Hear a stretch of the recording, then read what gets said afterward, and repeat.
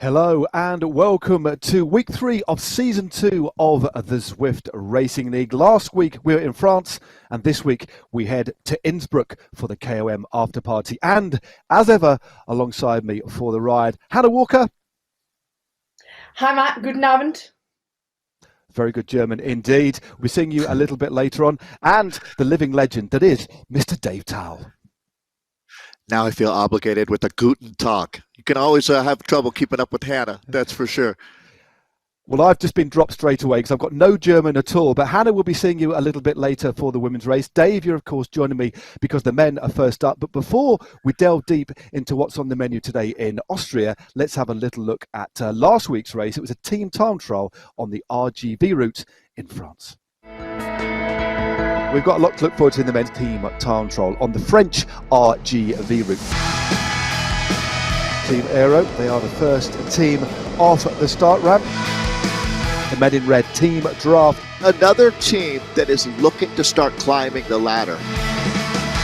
If the Danish riders had a chance to order up their perfect course, we're racing on it right now. 3 teams there within 10 seconds. This is the Legion of LA. They've got a pretty nice formation there. What a time by the Kirkmare team at the moment, Dave. That's a bit of a surprise. This is Kirkmare at the moment. They are ripping up this virtual tarmac. The Legion of Los Angeles still second place. The Zwift Warriors still holding on to third place. Kirkmare, what a ride for the team that have moved up into the Premier Division. The last 4 teams separated by just a second. This is the Legion of Los Angeles here, thundering down the finishing straight. Second. Just 1.5 seconds back. P.O. Otto on top of the table. PO Auto Ceramic Speed win. So 2 wins from 2. What a performance by Kirkmare as well. Superb ride by Canyon Esports to round out the podium. That was breathless stuff.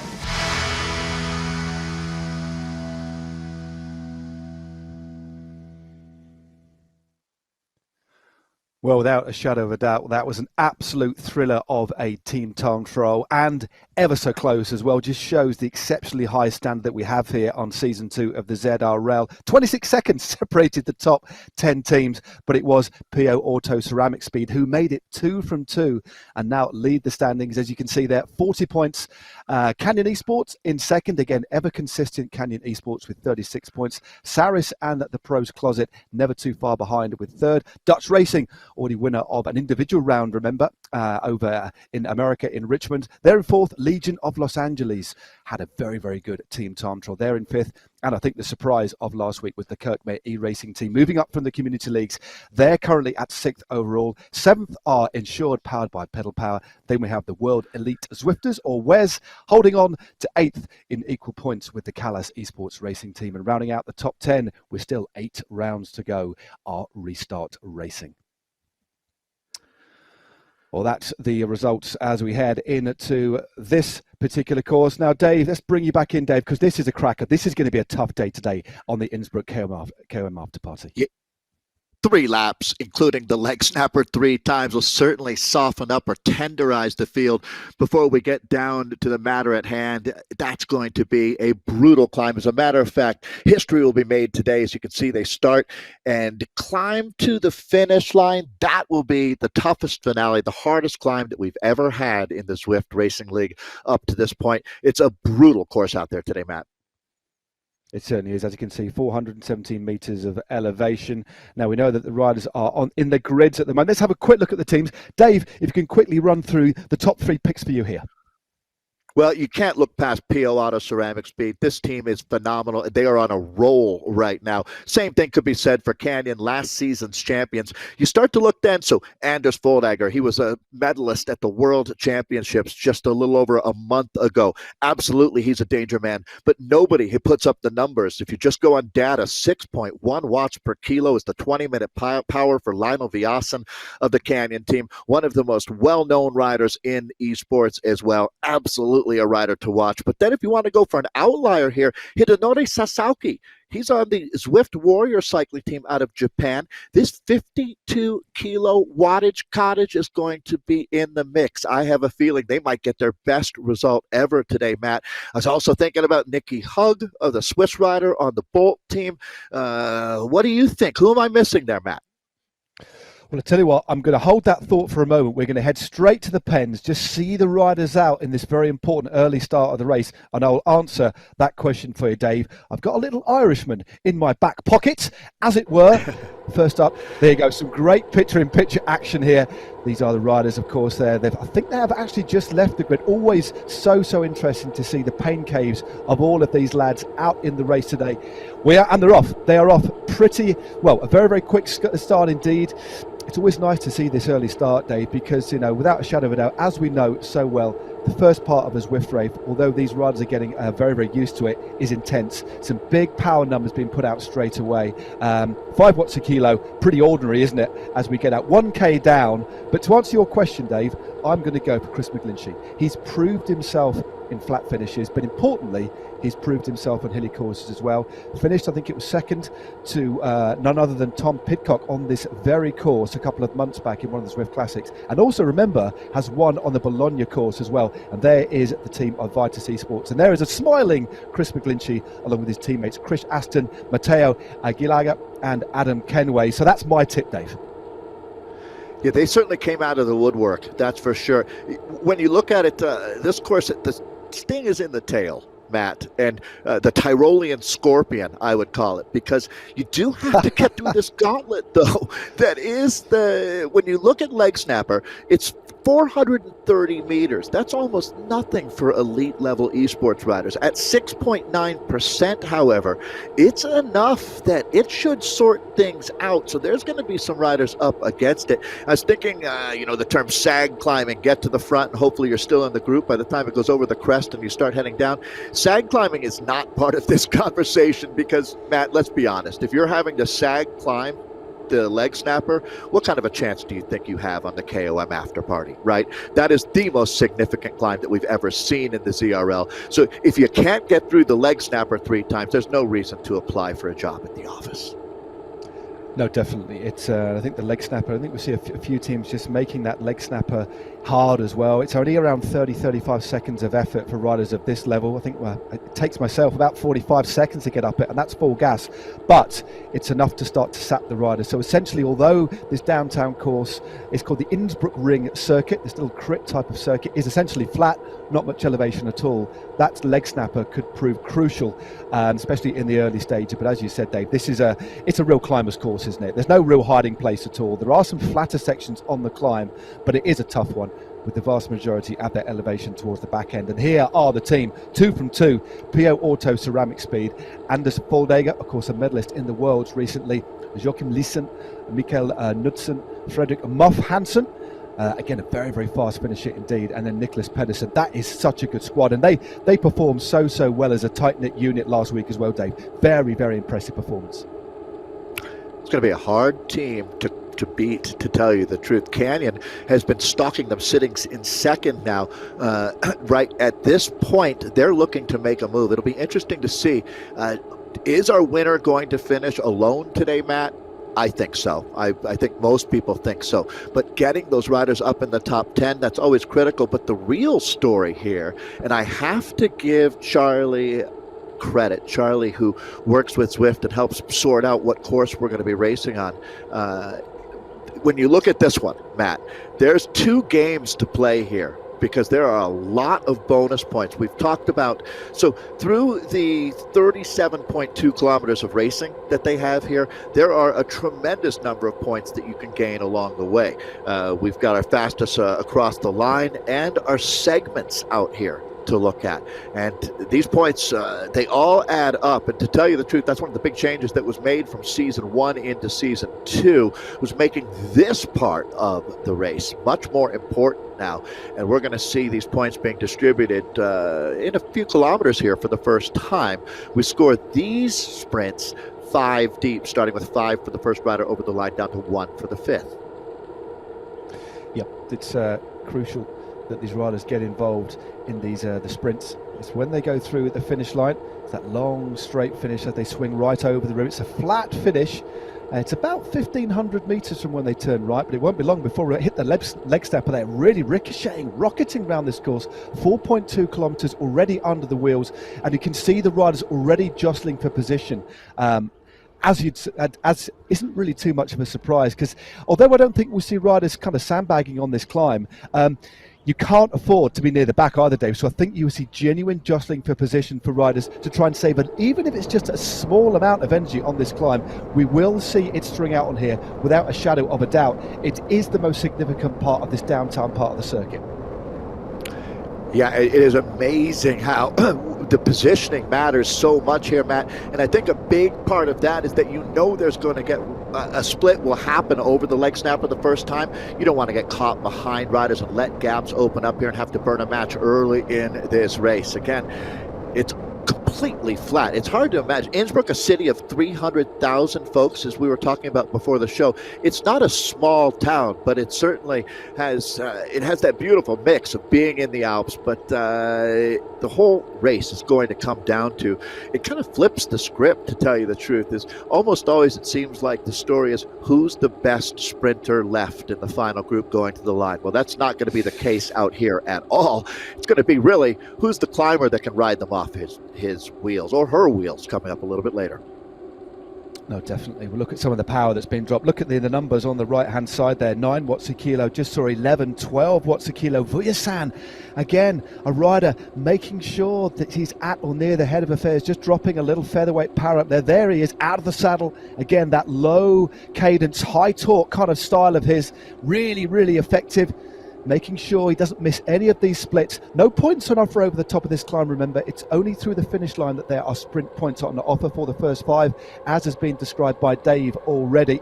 But Vujasan allowing himself just a little bit of a rest there as well. One of these very small opportunities on this course day for a micro rest is just that little crest, isn't it? Back off just for a few seconds, let the lactic disperse, and then you're on the power again.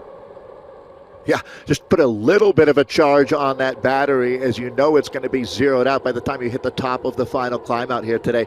So, Matt, would you, if you were a director, I guess it would depend on the talent that you're working with on your squad, would you look at using a rider or two to go, because ultimately it's going to come down to every man for himself. I mean, by the time you get to that bottom of the KOM after party, there's not much a teammate can do for you. Would you use teammates to try to snatch some early points early here? Yeah, I would. I'd be definitely looking at the composition of the team, looking at, because it's like a bit of a football match, this particular race. It is going to be, it's a cliche day, but it is a game of two halves. We're just heading towards the sprint point here. A few power-ups being used now. It is Kanjay Abeki of the Zwift Warrior cycling team who's just out in front at the moment. Abeki surging clear. Use that power-up. It's Rijkaard who just goes past Ingo Rijkaard of the Kirkmare e-racing team. Just coming up to the line here, but Rijkaard got a nice little lead, and it's Victor Mel just coming down the outside, the Norwegian Zwift champion. Oh, it's going to be very, very tight indeed. Carroll, I think, just overtook him on the line there. Let's just get confirmation of that, but it was Joel Carroll of the Finesse Rockets, another one of the teams that has moved up through the rankings here. Carroll from Mel, from Glendes, Segerbrucht there as well from Canyon, and then Steinman in 5th. Well, that was a breathless sprint so early on. But again, just to answer your question, Dave, I would be using some riders who I don't think compete well on the climb. Use them up early on, get some points in the bag, let the other riders rest up and save themselves for the climb. That's the answer. Yeah, and I think they're making that pretty clear right now. That was an aggressive, hard-fought sprint there. Spencer Segerbruch moving up now. Certainly a rider to watch here as we're in Innsbruck here. As we get a good look at Spencer there in his pain cave. Yeah, they're getting after it, man. I mean, that heart rate already up at 173 beats per minute, and we are just coming up on 10 minutes into this race. So they're going to make it a very, very hard journey to the bottom of that climb.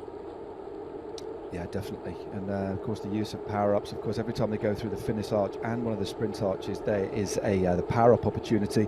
And just a reminder, though, which is a bit of a twist. Normally in Zwift racing, or Zwift racing, we've had not the World Championships, but normal racing, we have all 5 Zwift power-ups available. In the Zwift Racing League, we're only having 3. So today it's just the draft power-up, the aero power-up, and the feather power-up.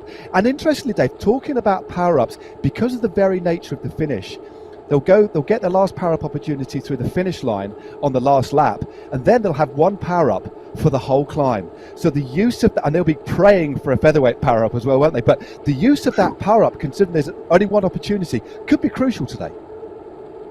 Absolutely. If you've got a feather in your pocket going into the final 300 meters, it's worth its weight in, I was going to say gold, but unobtainium, actually, even more valuable. So that feather gives you 10% less weight for 15 seconds. You will see the top riders know exactly when to hit that button. Then you've got that van that you see. That's all about draft. That's going to be 50% more draft. And then the aero power-up, the helmet, that's if you think about your drag coefficient, that's going to lower it by 25%. So basically, in layman's terms, makes you 25% more aerodynamic, but only for 15 seconds. So, but you're right, Matt, there's a lot more power-ups that exist, but they're not in play here. Yeah, they certainly are. The ones that are missing, of course, the invisibility and the burrito. Of course, the other one, the anvil, which has been newly introduced. Maybe we'll see that in one of the crit races later on. We're just looking at Freddie Ovet here. Again, a very, very talented Zwift rider indeed. Finished inside the top 10 in the inaugural World Championships. 8th place for Australia.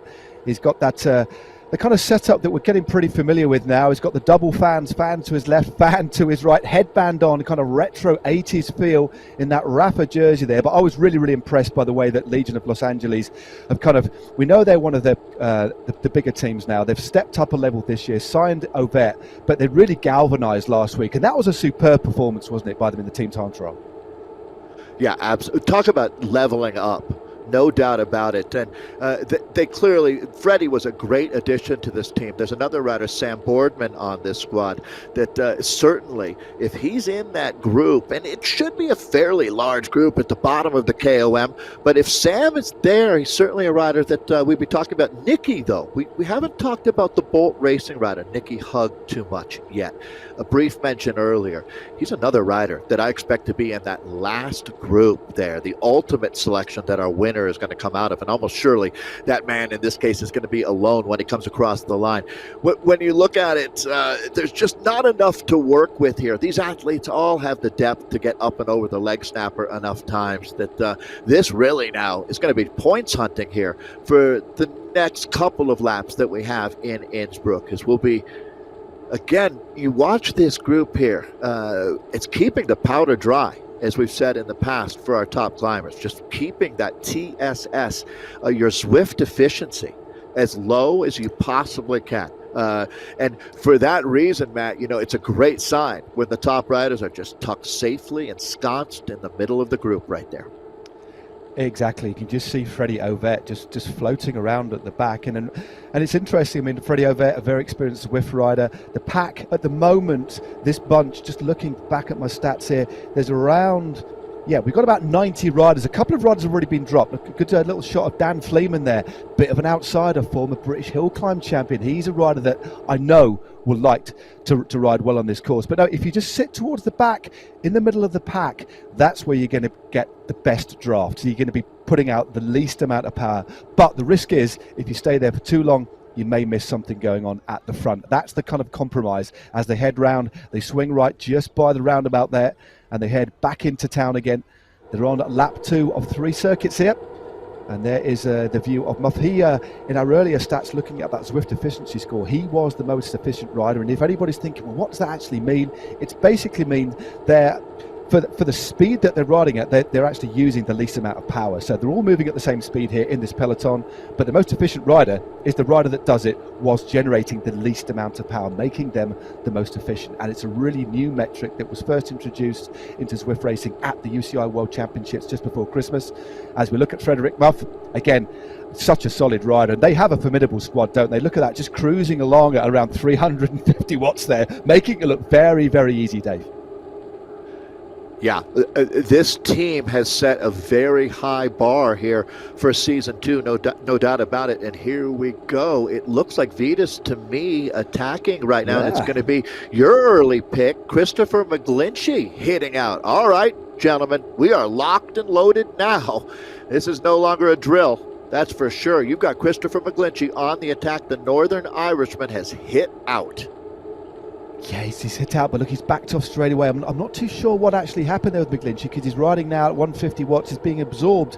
Maybe just wanted to give it a little bit of a nudge. Definitely a strange move, I would say there, Dave, from Chris McGlinchey. Again, a rider of vast experience, but just floated off the front. Maybe just wanted to move to the front of the bunch and generated a little bit too much power, because I think at the moment the riders are just trying to save as much energy as they can. But McGlinchey now back into the relative safety of the peloton, where it's going to get as much drag as possible, and looking pretty comfortable. But again, sitting at around 300 watts, enough to tear most people in half. Yeah, such a high level. Was McGlinchey maybe setting up, seeing if anybody wanted to go with him on a breakaway, Matt? Do you think? Just possibly, putting an invitation out there?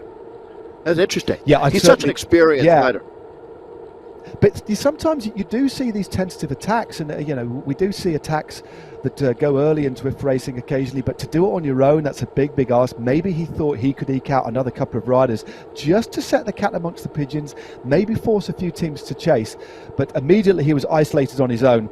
He was only in front for a couple of 100 meters, knocked it off, and is now back in the safety of the bunch. So 13 kilometers under the virtual wheels of these riders now, 24 kilometers to go. Another lap and a half of this downtown Innsbruck circuit known as the Innsbruck Ring. Another little shot there of Gavin Dempster, the Scot, riding for Saris and the Pros Closet, the team that sit third overall. Gavin Dempster, I think, Dave, another outsider. Very, very good rider. He'll like this circuit as well. reading my mind. That was exactly the next rider that I was going to mention. We saw his 12 roll by. I was thinking to myself that he is if you look at, put your McGlincheys, your Foldaggers, your Viasens into the 4-star favorites, he's a 3-star favorite today, the Scottish rider. It's certainly, he's proven himself on somewhat similar courses. If you're going to say what type of rider does today suit, sort of what do you think, Matt? A Liège, Bastogne-Liège type of finish here, just unbelievably hard at the end. You got to get there in a super select group. We'll see how select it is. The next trip up the leg snapper will tell us something. But yeah, this is it's got a very classic-y feel to it. It certainly has. I think that's a really good comparison. It's a longer climb than we see in the Ardennes, but I think if you were to bring across a comparison from the road, yeah, I'd say kind of Liège, Bastogne-Liège, but maybe a kind of hilltop finish version of Liège, Bastogne-Liège. But that's right. You could just see now the riders wanting to get rid of their power up, saving it for the climb. We're back on the leg snapper again, or just on we are on the leg, or the approach to the leg snapper. No, to the top of the leg snapper, should I say? They'll swing right just at the top. How fast they are, man. Yeah. I mean, they'll move. They make it look flat. Quickly. They go up it so quickly there. 8.7 watts a kilo. That's Ryan Rudderham of Draft. He is the current Canadian Zwift champion. Just rolled over the top of that climb, easing off now. A few riders as they increase the speed, just getting into that aero tuck and actually having the ability to freewheel. As we look at the stats of Jacob Stenzel there, again, no watts a kilo. Everybody here using this very short opportunity to get a little bit of a rest, as a few riders already starting to struggle just off the back there. Still a long way to go though, Dave, but of course the sprint coming up very shortly. When we go and race tomorrow in the community leagues, Matt, you're going to see that leg snapper doing much more damage. This speaks to the quality of the racing that we're looking at. These guys are at such a high level that I'm sure you saw that in your career, Matt. As you advanced up the ranks, the difference between the top riders became smaller and smaller and smaller. Finding a way to get separation from the best in the world is hard to do. And that's why you look at this group, it is massive right now. And you know what, Matt, to be honest, the leg snapper is not enough to do damage to the giants of the road like these guys.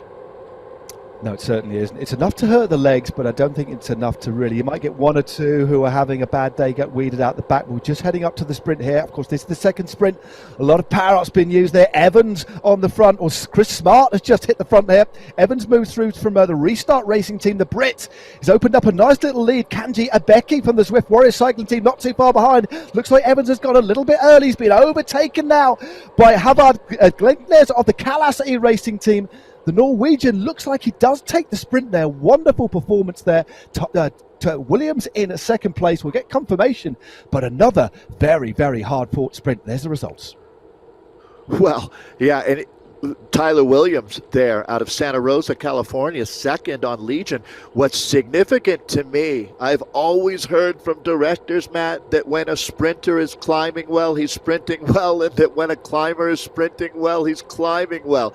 Lionel Viasen is doing both very well right now. He's going to be incredibly dangerous today. As a matter of fact, how is he not a top pick for most folks out there? You've got to have him in your top three at least today. Viasen is at fuego here in Innsbruck.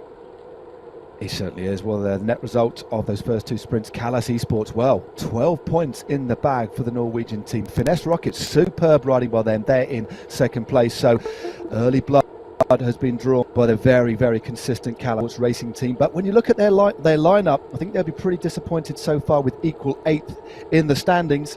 But Vidar Melt second in round one, but a relatively disappointing team time trial for them, but clearly looking to try and make amends today as we head back towards the finish. Another opportunity to get some more power-ups. That's why we're seeing riders get rid of it now, Dave, aren't we, before they get another one, before they head into the final lap of this circuit.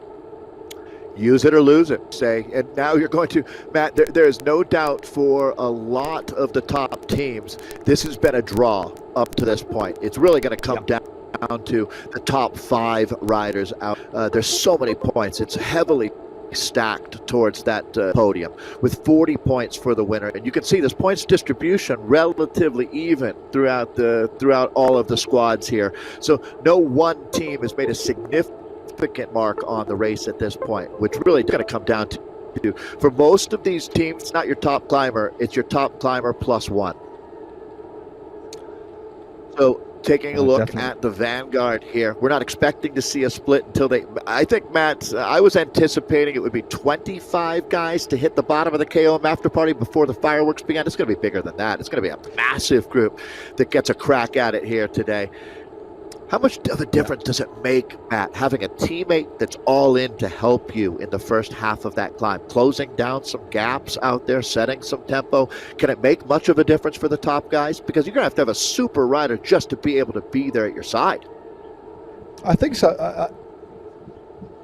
Yeah, we should get the graphics back for you very, very shortly, guys. That's why we've just lost that temporarily on the right-hand side. A couple of little gremlins in the system, but we will get the stats on the right-hand side back as soon as we can. But they're heading in just towards the back end of, lap 2. Well, lap 2 is done and dusted. One more time through the finishing line. Then at the roundabout that they're approaching very shortly, rather than turning right, they will head straight on, head towards that famous underpass that many of you watching will know so well. And, of course, those of you that are watching, if you'd like, I'd urge you to get on your Zwift companion app and give these riders a ride on as well, because every time we go picture in picture and have the stats of each rider, you'll see the total amount of power-ups, and that definitely does actually give them a little bit of an extra motivator. That another new feature of the ZRL is the power-ups. Okay, doesn't actually perfect their performance, but you know what, Dave? If I got a pocket full of power-ups and I was in triple figures, I'd be thinking, whoa, I've got some people who are really kind of supporting me. They're getting behind me. I think it's a really nice touch, and I really love that element to the racing. Well, you know, when you're a superstar like our colleague Hannah Walker, she gets hundreds of ride-ons every time she's out there. I'm lucky to pull down a dozen while I'm knocking out my ride in the morning. But it's got to make you feel good. It's really, they talk about happiness watch or a happy racer and the psychology of a bike racer. Well, I would think that every time you see that you're getting a thumbs up, a ride-on out there versus your rider right next to you who isn't, that just means that you're loved more, right? And so Dave, look at that, Dave. Just I think it's as a direct result of our little kind of suggestion there. Look at it's like it's snowing thumbs. It's snowing thumbs. They almost need like a ride-on plow. There's so many thumbs being dropped into the riders of the pockets of these riders right now. Thanks very much. Get involved in the comments on YouTube or on Facebook as well. We really want to know what the community thinks about this racing. And before we head into the final lap and before we've got the climb, I think, Dave, you commentate regularly. I mean, the Zwift community racing starts just a couple of hours after this race. The community leagues are enormous. I mean, we're in a great place, aren't we, in terms of the amount of people, just not just riding on the platform, but getting involved in races. And I think the kind of the democratic nature of this new structure means that teams are going to come down and move up. It's wonderful, isn't it? It really is, Matt. We've seen, well, for example, the Kirkmeyer team, they had a fantastic ride last week. So the community teams will be really inspired by that. There's, nearly 10,000 folks that will race tomorrow. A's, B's, C's, and D's. There's racing for everyone. I see really active online communities for people finding teams. You'll see, whether it's Cryogen or Zizon, there are teams that are welcoming for everyone. Matt, I want to talk about what's ahead of these guys. There's nothing quite, well, actually, there is Ventop and Alpe d'Huez, but this will be the most significant climb that we have seen and may seen in a long time. Charlie Eisendorf brought in the KOM after party. That is a 5.5% average grade over 7.4 kilometers. That's 15 minutes for these guys. As a matter of fact, though, I'm going to say it's probably going to be more like 14 minutes, the tempo that they're going to be racing at, Matt, because this will be the first time that these riders have a chance to be in a group of peers. Like, when are you ever going to get the climb on the KOM after party with 10 guys like our front group will be today? This is the next level group to ride with. So you're going to see, well, it's a 20-minute power test for some, but for these guys, they won't get anywhere near 20 minutes on this climb. But they're going to go deeper than they've gone before, I'd have to say. And it really is going to come down to, Matt, the point structure of this league. You can see when we're scoring the bonus points, we don't look at individual riders. We look at teams, because really, at the end of the day, that's how we keep score here. And it's one of the real beautiful things about the Zwift Racing League, Matt, is that this means every rider matters. It certainly does. It's not just the riders in the top 10, although they, of course, score more points. You know, it's battling it out for the minor place as well. The more riders you can get in the first half of the field, the better. It is all about the team. Of course, it's essentially a scratch race first across the line, but it's a points race as well. It's the team that accumulates the most points on the finish line and out at those intermediate sprints. So there really is a tactic to this, and it isn't just about the glory of trying to finish on the podium. It's about the glory of knitting together as a unit and encouraging every single rider to give their all to make sure they score points again. But looking at this field at the moment, they're starting to head again. These laps are ticking by very, very quickly, Dave. It won't be long before we take on the final ascent of the leg snapper. Just the shape of the bunch starting to change. It was all across the road a little bit. It's now starting to narrow up, which is an indicator of the speed that they're traveling at. Again, 47 k's an hour they're moving at the moment, between 47 and 48 k's an hour on the approach to the leg snapper. They're just going through Innsbruck town centre. It won't be too far before we go past actually where we had our Zwift house back in Innsbruck in real life. But no, leg snapper, final time up. The group, just to give you a bit of indication, the group is around 84 riders strong, Dave. Well, I just saw Matteo Cigala, the Irish-Italian there in the middle of the group. He's one of the riders on Christopher McGlinchey's team. They're definitely trying to get some positioning now. I can't imagine a course that has a wider spectrum of terrain, right? When you are in Innsbruck, it is dishpan flat. Outside of the leg snapper, it's entirely flat. And then you have this explosive climb for the finale. It's really, it shows you, though, the depth, again, that these riders have. And the sharp end of the bike race, the finale here, it's going to be all about the climbers. But you can see that everybody has a talent. Their spectrum is wide enough to be able to race at 48 to 50k per hour here. So, all right, you feel like we're starting to wind things up a little bit at the front. A lot of people using their power-ups right now. Look at that, a flurry of power-ups. It's between the ride-ons and the power-ups. We got a lot going on in the air. There's a lot of graphics. That's drawing a lot of kind of graphics capacity from the Zwift server. There's so many power-ups being used on this climb. This is correct. Exactly. Well, it's Patrick Brady of Ensured Paddle by Pedal Power who's just moved up the front. Pat Brady opens up a little bit of a gap, 8.2 watts a kilo. The man in white rounds the corner, opens a gap of just a few bike lengths. Thomas Thrall not too far behind his teammate as well. So consistent riding there by the Ensured Power by Pedal Power team. They currently sit 7th overall at the ranking. And there it is again. That aero tuck giving the opportunity to have a little bit of recovery, because believe you me, from this point onwards, there's going to be no opportunity to freewheel again, because it's either flat or uphill.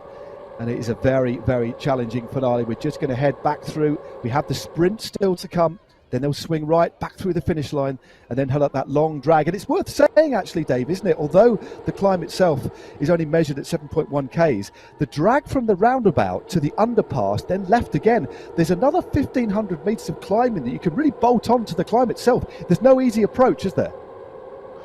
Absolutely. Very well put. And this is quite a way to lead yourself into that climb, because this is going to be an all-out. Look at that Foldagger up there. Anders Foldagger, the Danish rider on PO Auto Ceramic Speed. So, okay, this is much more than just a sprint. This is a double dip that we're taking right now, because this is going to launch you into the finale of the bike race right here, right now. This one is on. It's full gas at the front. Remembering, it's a sprint into the KOM. Absolutely brutal out here.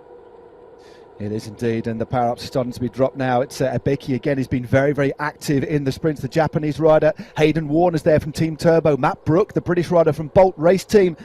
And again, all the power-ups have been dropped. The one they want is the aero, and who's moving into the front? It's Warner and Abeki and Rijkaard. Rijkaard is into the front now, of course, for the Kirkhead team. Looks like Rijkaard takes that.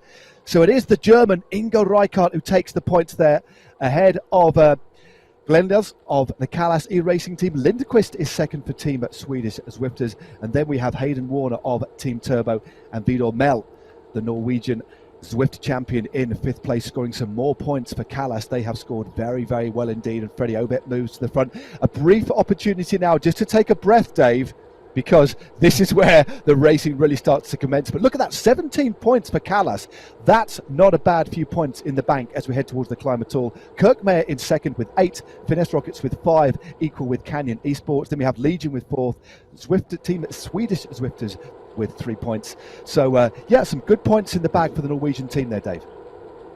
Yeah, and boy, I tell you what, go ahead and turn your attention to the Tête de la Course on the front of the bike race, because this has gone full gas now. You can see multiple splits. There's McGlinchey now. This time it's for real. No doubt about it, as the Northern Irishman is going to start scraping the bottom of the barrel. So this has got to be a setup move right now. They're going to start coming up and over the top. The bike race really does move into a whole new phase. This is the finale here. Even though it says 11.5K, you get the feeling we've moved into the final. All right, so what is going to be happening behind now? Boy, it is critical. We talked about trying to keep your TSS or your efficiency low. This is now where you start relying upon your animal instinct out here. As an esports racer, is that sometimes you just have a feel that that's the wheel to be on. You need to go when they go. This is it. It's going to be a Donnybrook in Innsbruck here today. It certainly is, Dave. 11.1 Ks to go, and we have a little breakaway. They only have a small lead. It's just nudging 3 seconds now. It's Elliot Holtum of the KISS Racing team. He's the rider on the front at the moment, the Canadian in that familiar blue kit. There are his stats. You can tell, 6.4 watts a kilo. He's trying to keep this clear. Ollie Jones, the very experienced former Zwift Academy finalist from Canyon Esports, is in the mix as well. And then Chris McGlinchey of that little move early on. I think he tried something similar, Dave. On this occasion, he's drawn 2 riders with him, and look at this, the gap is now going up. Very, very interesting indeed. I certainly didn't expect a breakaway to go clear, with the climb actually still a fair way out, because they're still on the streets of Innsbruck. They've just gone across the world's finishing line now, swinging left here. So if they do glance to the left-hand side, they will see the draft house, the Zwift house from IRL. But yeah, interesting move, Dave. Yeah, it really is. Now, how well do these guys work together here? How much of a buffer can they build up? Now, McGlinchey has had success. He should know how to race this course, Matt. We were talking about that before the race, that he was second on this course about 6 months ago. So he has already cracked the code out here. Ollie Jones, another rider with tremendous experience, and I don't know, this is an interesting move here. Are they setting the table for something to come right behind them? Because we do have a long way to go as we go in picture here with Ollie Jones down in Australia.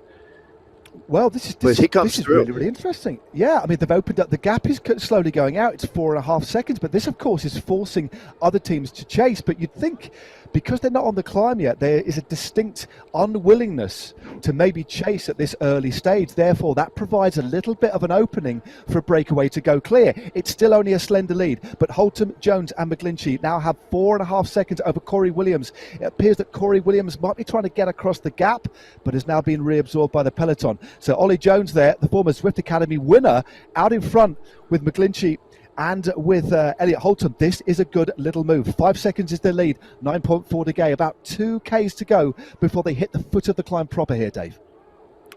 Corey Williams doing work for one of his teammates. I would think it would be Freddie Ovett, a fantastic addition to that squad. It looks like McGlinchey's gone out on his own. That's going to be the rider in the red jersey here, no longer really working efficiently with the other guys in the breakout. They're going to come right back up to him. Yeah, I wonder what's going through their mind right now. This is a lot of work to have a 5-second buffer at the bottom of the climb. It certainly is. I mean, it's not a big lead. And, you know, when the road goes up, when everybody else starts to kind of jostle for position up, that little drag before the underpass, which they've yet to reach just yet, that could be when they just get reabsorbed without really, it's just the general movement of the peloton and the riders fighting for position without any concerted chase. Just the natural speed of the bunch could actually eat into their lead, but they've pulled another second out, 6.5 seconds. This is very interesting. But the big question, Dave, are they investing too much now? Riders of the caliber of Jones and McGlinchey, who could be winners of this race, have they gone too early, or was this always part of the plan? Fascinating stuff, this. In order to win, you have to risk losing. At this level, you've got to take some risks. If McGlinchey, if that's what's happening here, I take my cap off to him, because this is a bold bold play for the win. You can see, again, in that group, there are some incredibly strong riders who are still able to lay back right now. But the positioning is going to be critical in the next K. You get the feeling that PO Auto Ceramic Speed is going to start trying to move Anders up there towards the front, because there will be a split coming up, I'm going to say, in the next 2K. Boy, look at that Legion rider moving through. Is that going to, I'm wondering, is that Freddie Ovid right now as he's attacking out of, well, or moving up to the front, just setting even higher pace. It looks like they're going to hit the reset button here, Matt, and we're going to bring this back. That's Corey Williams. Good work out there today, Corey. So Corey running is a fantastic teammate. If you want to see the difference, now, I doubt Corey's in the top 10 when this is done and dusted, but he helped shut that break down. He'll get a pat on the back. Yeah, I think he certainly did, and we know Corey is not. Yeah, he's done and dusted. I mean, he's almost got his reversing lights on there, but again, use that kind of sliding space. You can just see, we're just seeing him just at the back of that bunch. He's accelerated again, gave himself that bit of a micro break, but that was teamwork at play there. Really, really fine example of sacrificing a rider just to bring that gap down, because McGlinchey and Jones so dangerous to let clear. Yeah, people wonder sometimes, how is this a team sport again? Well, that's exactly how. They sacrificed a rider. Think about a pawn, or, well, not even a pawn. That's like a bishop or a knight moving around on the chessboard, making a significant play there. That's way beyond pawn level, that's for sure. So we now will, that chapter ends. This really begins the climbing sector here. So these next couple of attacks, and it's not going to be the first attack that wins. This is Jimmy Kershaw that we're looking at right now. But it's going to be the counter of the counter, really, that sets up what will be this selection that we see. I'm anticipating at 2K to go, it's 2 or 3 riders, Matt, that we've got in what we would call the vanguard or the front group. Right here, right now, it's all on the line. 40 points for first, 35 for second. So you can see there's a big difference if you can find the very top of the table for your team here. But again, no one rider is going to win it for their team. It's going to take 2, maybe 3 riders getting inside of the top 20 to get it done today. I see Jordan Shane's name. There's a rider to watch for. Rider out of Canada, British Columbia, Canada, as we go in picture with Jordan. I think Kennewa's where Jordan calls home, outside of Vancouver. It was Jordan Shane there, looking good, isn't he? Looking relatively composed, considering he's nearly knocking out just under 400 watts. I mean, he's got 41 rides on. I think he almost deserves a few more then. You can just see his head tilted to the left-hand side, clearly looking at his metrics, looking at where he is within that group. Dan Fleeman now moved to the front, knocking out 4.8 watts a kilo. Vuyasan, unsurprisingly, not too far away. Ryan Larson, the former US Zwift champion, also up there for Saris and the pros. Closet Dempster, his Scottish teammate, not too far behind. And the tempo, this is one of the steepest parts of the climb at the moment. They've been through that long drag, the run-up. They're now on the ascent itself. There's a series of switchbacks here. The road just gently meanders left and right. Then it kind of flattens out. There are a series of plateaus on this climb, aren't there, David? It's not straightforward. The climb actually ebbs and flows quite a lot all the way to the line. Yeah, it is definitely for a true climber, someone who loves doing this. That's going to be the Zwift Everesting champion, Michael Knudsen, a fantastic rider. One of the good stories coming out of this season already. And he is absolutely a massive engine. So, yeah, there you go. They're going to start punching tickets at the back like an evil conductor right now as multiple riders are going to say goodbye to that group. You start wondering, where is that line where the top riders that get points, these guys are all still in the points if you're in this front group right now. So, all right, the accelerator's gone down on the floorboard. You can see the depth of this group, but as it starts to string out, Matt, the splits are going to start to happen. So we kind of just went through the first hard phase, but brace yourselves, gentlemen. There's another one coming. It's body blow after body blow. As you said, Matt, it's not the steady climb out here. And you're going to see riders coming off pretty consistently here in the next minute. Yeah, you just saw a couple of riders using the draft power up just to use in desperation to try on this slightly flatter section. They went up just like a kilometre ago, but they are being dropped, and the group is slowly but surely whittling down. Riders are dropping off like flies at the moment. There's still only around, we had 80 riders together at the bottom. It's now down to around 50.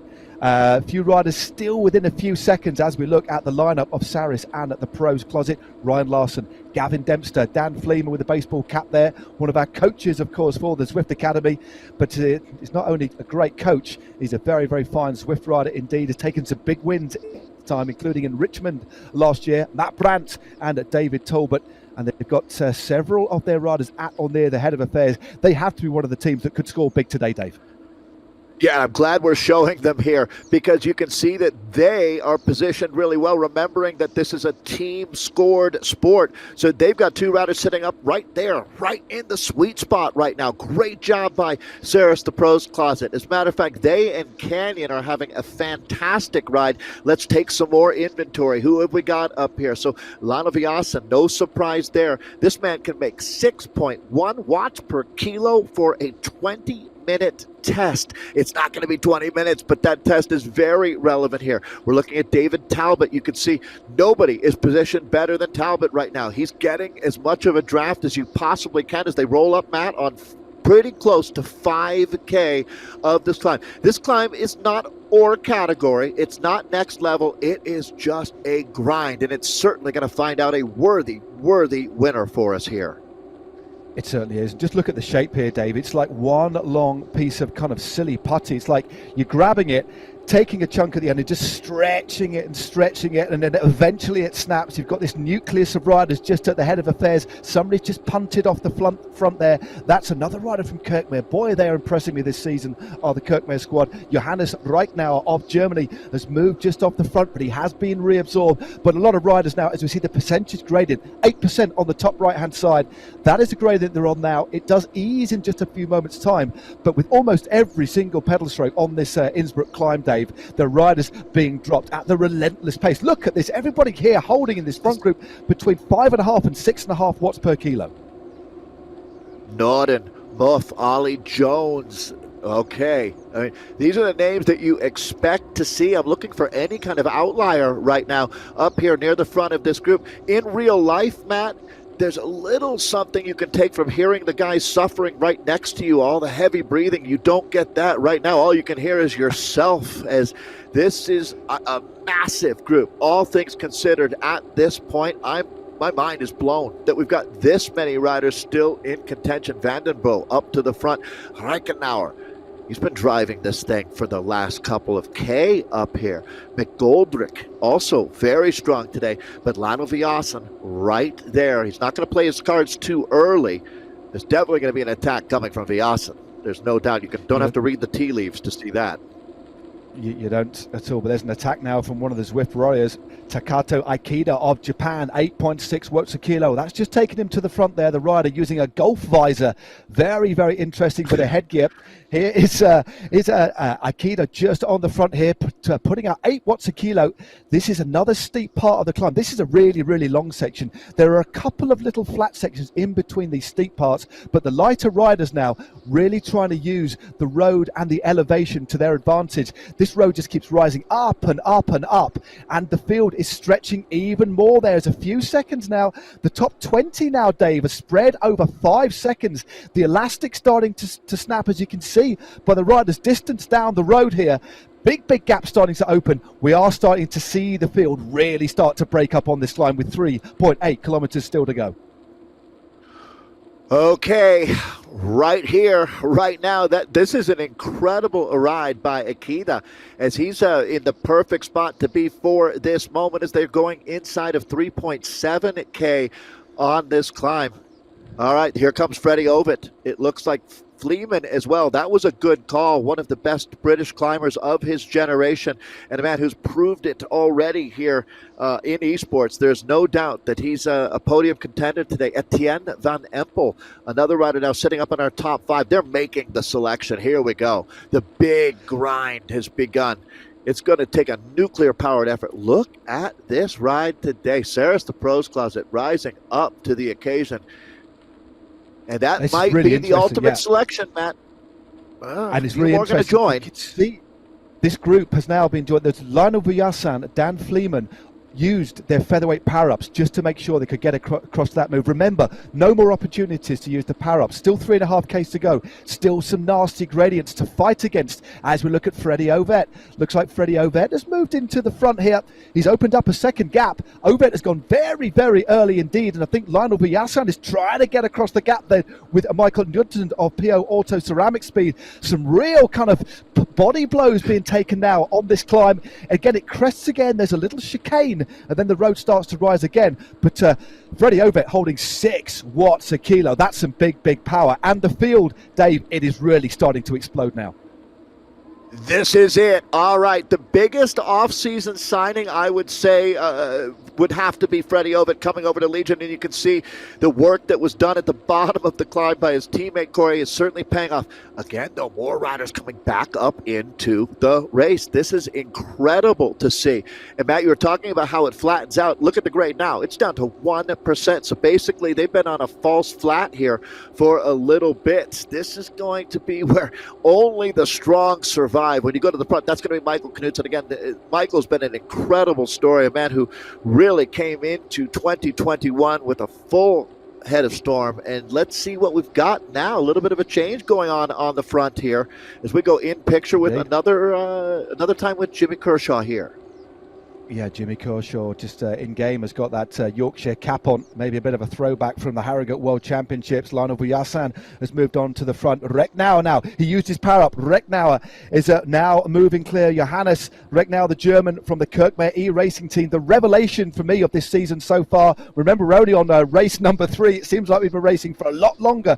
But Dave, crucially, this group now is only 19 riders strong. There's 19 riders spread over 3 seconds. Then we have a 10-second gap to Lionel Mordit of the World Elite Zwifters. Then 15 seconds to the next group on the road. Given the speed they're riding at now, Dave, I cannot see the winner coming from anybody else but this group out in front.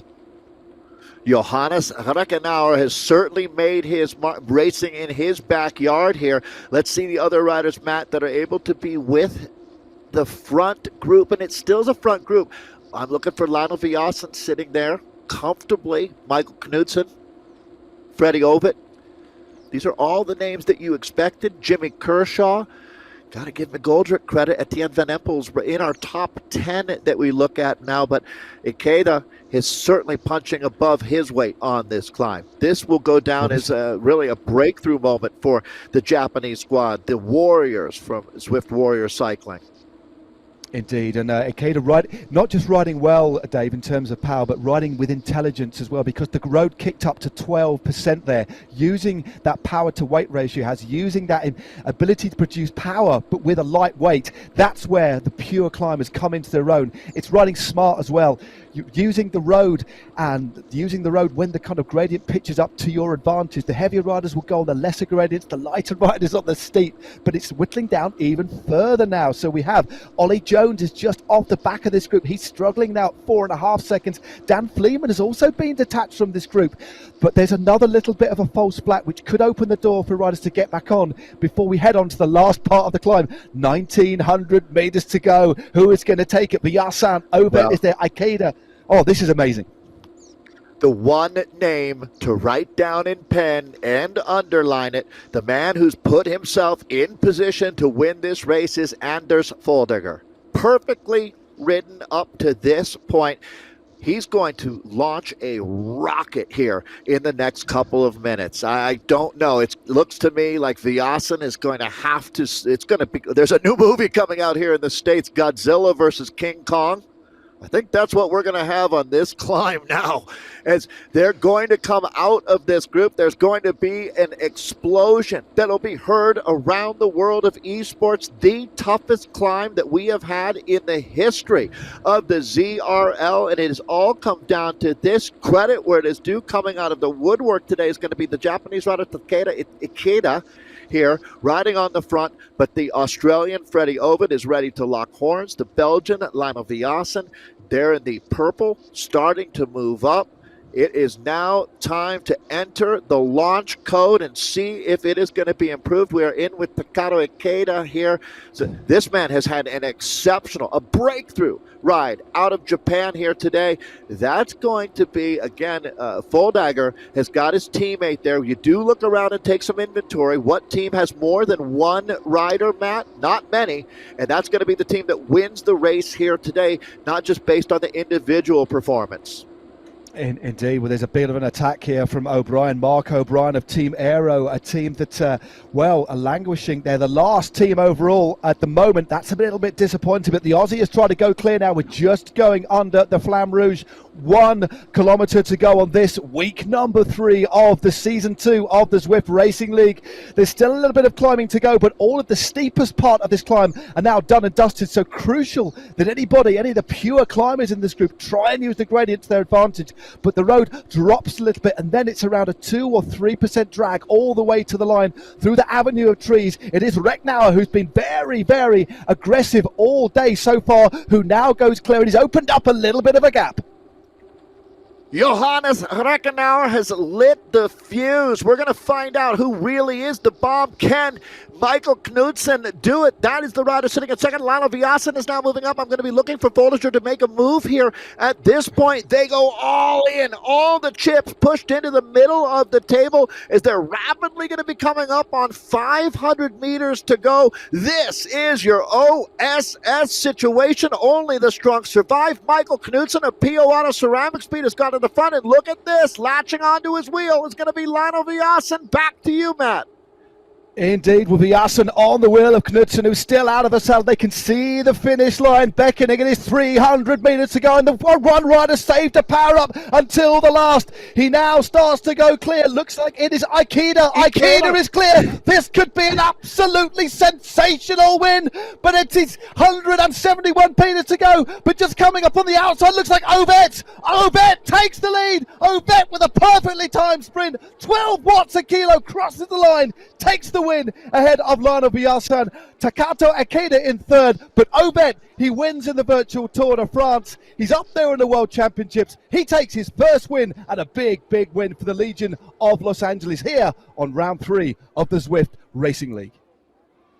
That is what I'm talking about. What a race. I gotta say, I think PO Auto Ceramic Speed did it, Matt. I see them with a 4th and a 6th. We'll see if that's enough points for them to make it 3 running here on the top of the table. They're already working on calculating those points. That was an absolutely beautiful race to watch out here as we take a look at Freddie Ovet getting it done. We talked about what a big signing that was for the Legion of LA team, and he has already delivered. Lionel gets there for second. Lionel Viasen there.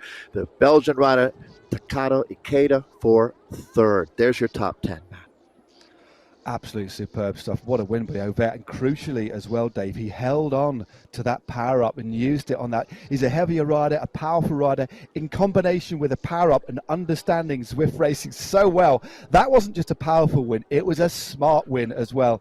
But Ovet, Viasen, Ikeda are your podium. Great ride by Michael Knudsen of PO Auto Ceramic Speed in 4th place. They actually got 11th place on the day as well. We're just going to wait for the calculation. There are the finish line points. Of course, Ovet with 40, and then Viasen with 35. Ikeda, Knudsen, Recknauer. What a ride by him, a standout performance. It's so great to see riders that we're not used to talking about coming to the fore at this level. It really is. Johan Noren in 6th, Foldager there in 7th, Huel Davis in 8th, the Welshman, Mark O'Brien in 9th, and Etienne Van Empel of the Dutch racing team rounding out your top 10.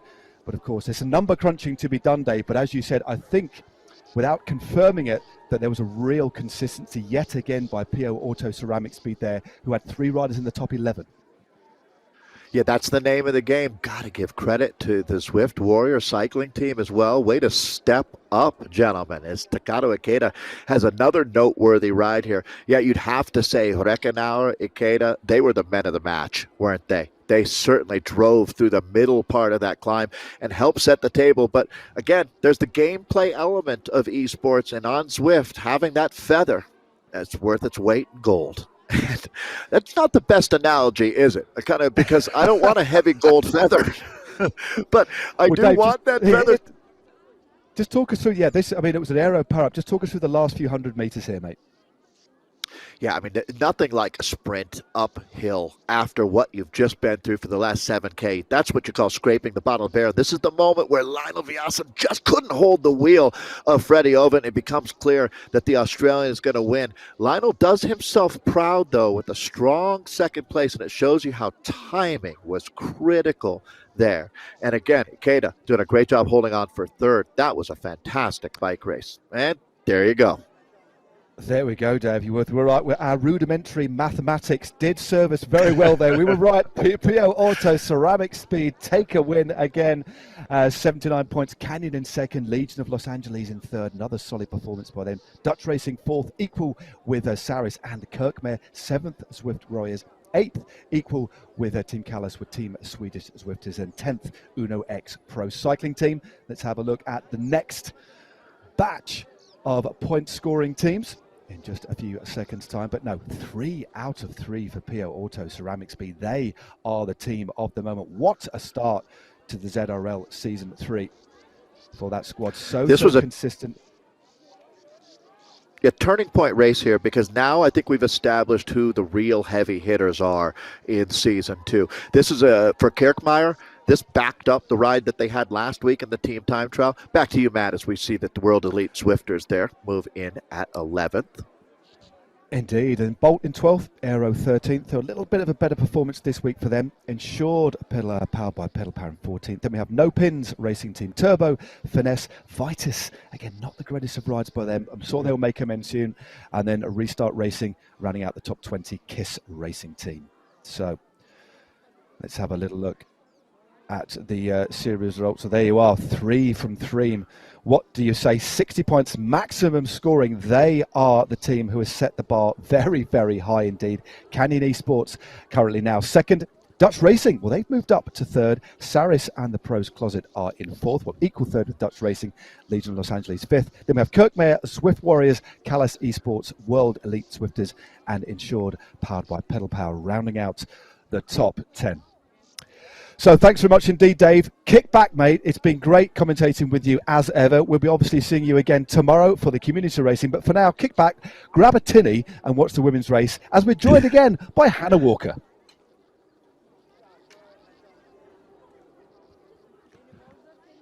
Sensational, and great to see Freddie Ovett get up there.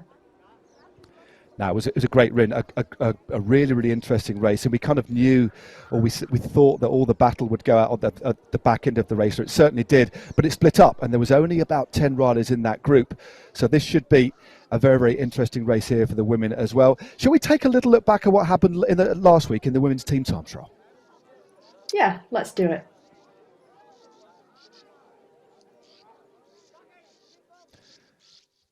We will do in just a few moments' time.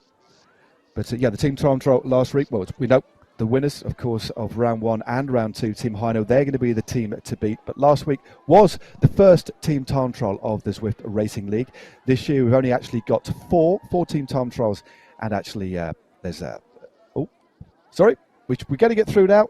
Here is the BT week 2. Today, the teams face a team time trial on the French RGV route. 24.68 kilometres, 133 metres of elevation. With only 3 riders, Vision E-Racing have really got their work cut out. Saris and the Pros Closet have really got a good formation. The Swedish Zwifters have actually passed Aeolian Sets, our first catch of the night. I Race Like a Girl now had a very, very good performance last week. I know, look at what's happening. They are catching Canyon Esports. This is a phenomenal ride by the women in red. Sensational riding there, and really demoralising for Canyon Esports. 2024, you can see a team just up ahead of them as we go through these S's. To Lieberman, During and Kolczynski, they have indeed made the catch. I know, absolutely flying round this course. To be able to have all 5 riders still together after a phenomenal performance to catch Canyon Esports. Canyon just crossing the line as well there. Great to see some of the teams bounce back from the disappointment of the first points race in Richmond.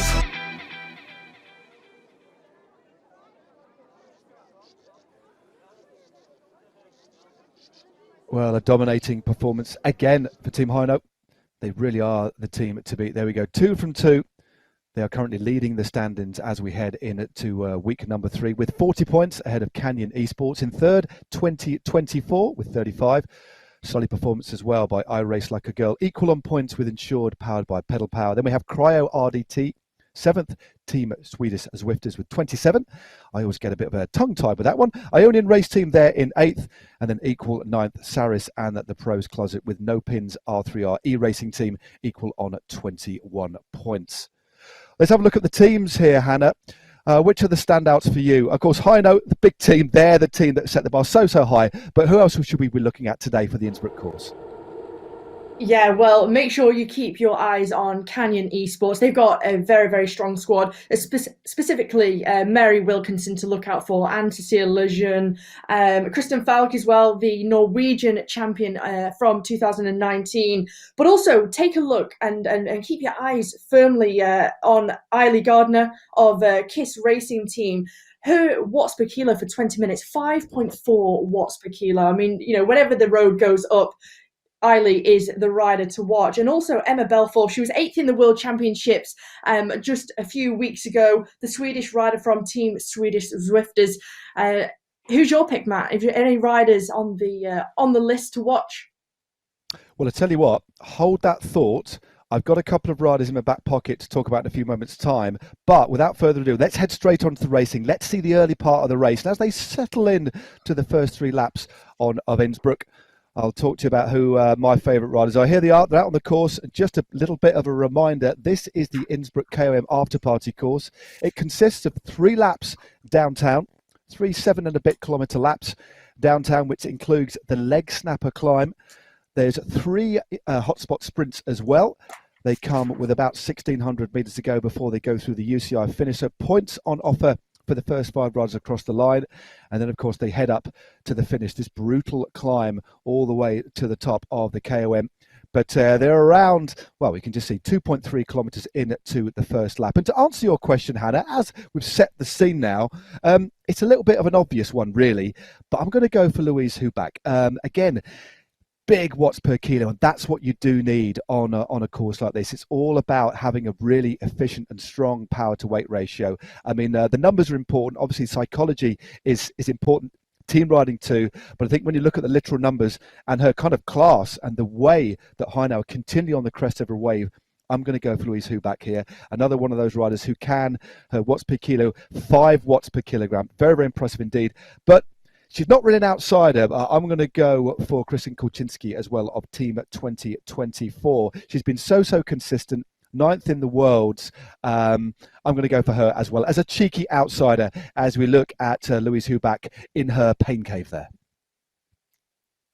I think Natalia Franco as well from 2024. She was a Zwift Academy finalist, the 25-year-old from Colombia. Another rider who is an out-and-out climber. So as we do finish on the top of the KOM in Innsbruck, if she can time it right, I think, and if you know the tactics go well for 2024, they had the first points race 2 weeks ago. They perhaps didn't have the strongest ride, but they've amended that with the team time trial last week. And if they can start to score as a team consistently in the series, can try and close that gap to Canyon Esports.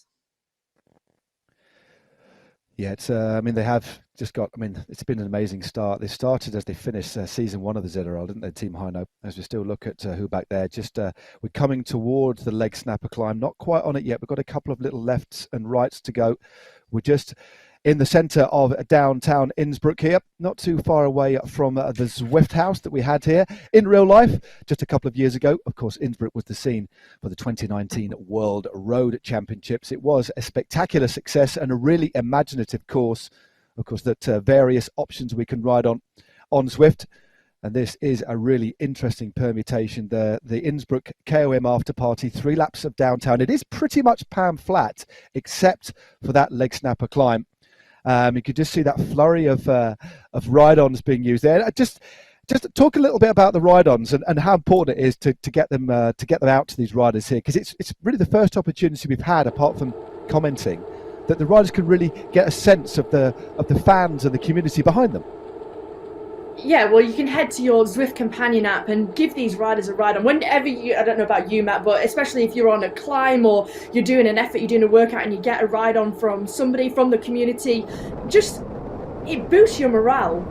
And it's incredible. There is a little prize for that. So the rider with the most ride-ons from the race this evening. So head over to the Zwift companion app, find the riders, and you might be following a rider throughout the whole series or a whole team who you think is very impressive, and that is what the flurry of thumbs up are, the blue thumbs up that we're just dropping into the back pockets, and you can see all the ride-ons being carried by the riders, hopefully not weighting them down for the final climb, let's say. Yeah, let's hope that our engineers at Zwift headquarters haven't engineered that into the game, because that would be rather unfair. It's the complete opposite, of course. It's all about giving them that little bit of a morale boost as we head on to the aforementioned leg snapper climb. You can just see the stats if you look to the right-hand side, top right of your screen. 8% is the gradient of this short climb. It is only a short one, but I tell you what, it really does flood the legs with lactic acid and is a really good opportunity just to unsettle a few riders. And we did see the men's race. A few riders just came out of the back here, as we see Tracy now on the front. This is Christy Tracy of Saris and the Pros Closet, kicking out 8.4 watts a kilo. So this is a serious effort on this climb. And unsurprisingly, given the amount of power that she's putting out, she has opened up a little bit of a lead on the rest. So the first real opportunity to see who's got good legs today. And Tracy clearly feeling good. I'm not too sure, Hannah, if this is a kind of an attempt at an early breakaway or just to try and soften up the opposition, because this course, definitely two halves, isn't it? Downtown, the flat sprints with that little leg snapper climb, and then as we head towards the back end, it really is one for the climbers. So I think we're going to see the teams, maybe we'll split into two, try and shake things up a little bit, go for the sprints, but leave half the team, or the climbers should I say, a little bit fresher towards the end. What are your thoughts on that? Yeah, definitely. And I think for some of these riders, and I don't know about you, Matt, but I know when I was racing, I used to like to do an effort early on just to open up the lungs, open up the system, the legs, just to test yourself. So Tracy, perhaps just wanted to make a big effort just to see how you're feeling. You always get that first sense of, I'm feeling really good today, I know I can recover well, and just to see where you fare. But I think you're right in saying that these teams will have come in with a solid tactic. How are they going to attack today's route? As you said, relatively flat downtown, apart from the leg snapper. Let's try and get as many points in the intermediate sprint as possible, but leave our out-and-out climbers for the KOM at the end. Indeed. Well, we're talking of sprints. That was a nice little segue there. Thank you very much indeed, Hannah, because we're heading towards the first sprint. Remember, 3 sprints on this circuit, and the first one will come into view very, very shortly indeed. There it is. There is the gantry. Expect to see a flurry of power-ups. This is the time section, and there we go. It is Louise Huback, Lethbridge up the front, Maker van der Plas of No Pins, R3R as a rider just in front, but overtaken. It looks like Lethbridge. Kuczynski there as well. Spadstrom, it looks, from Swedish Zwifters. Who is going to take this? Is so close. Looks like it might actually have been Lethbridge. We'll get confirmation in a moment. Oh, it was Cecilia Hansen, it looks, as if she took that sprint. So that was a blanket finish. Difficult to actually see who took that one. We'll get confirmation in a moment. But a very, very hard-fought opening sprint of tonight's race. And some points on the board. Remember, it is a points race here. Points on the line at the finish. But lots of points on offer out on the road as well for the top 5 riders. 5, 4, 3, 2 and 1. So a really good sprint there, Hannah, and kind of well contested. And let's go to dig into the reserves for a few of those riders as well. Well, there's certainly a lot of riders trying to go for that intermediate sprint there. It wasn't left to just one rider, and a lot of riders thinking, I'll save my energy, save the legs for later on in the race. Plenty of teams wanting to get some points on the board.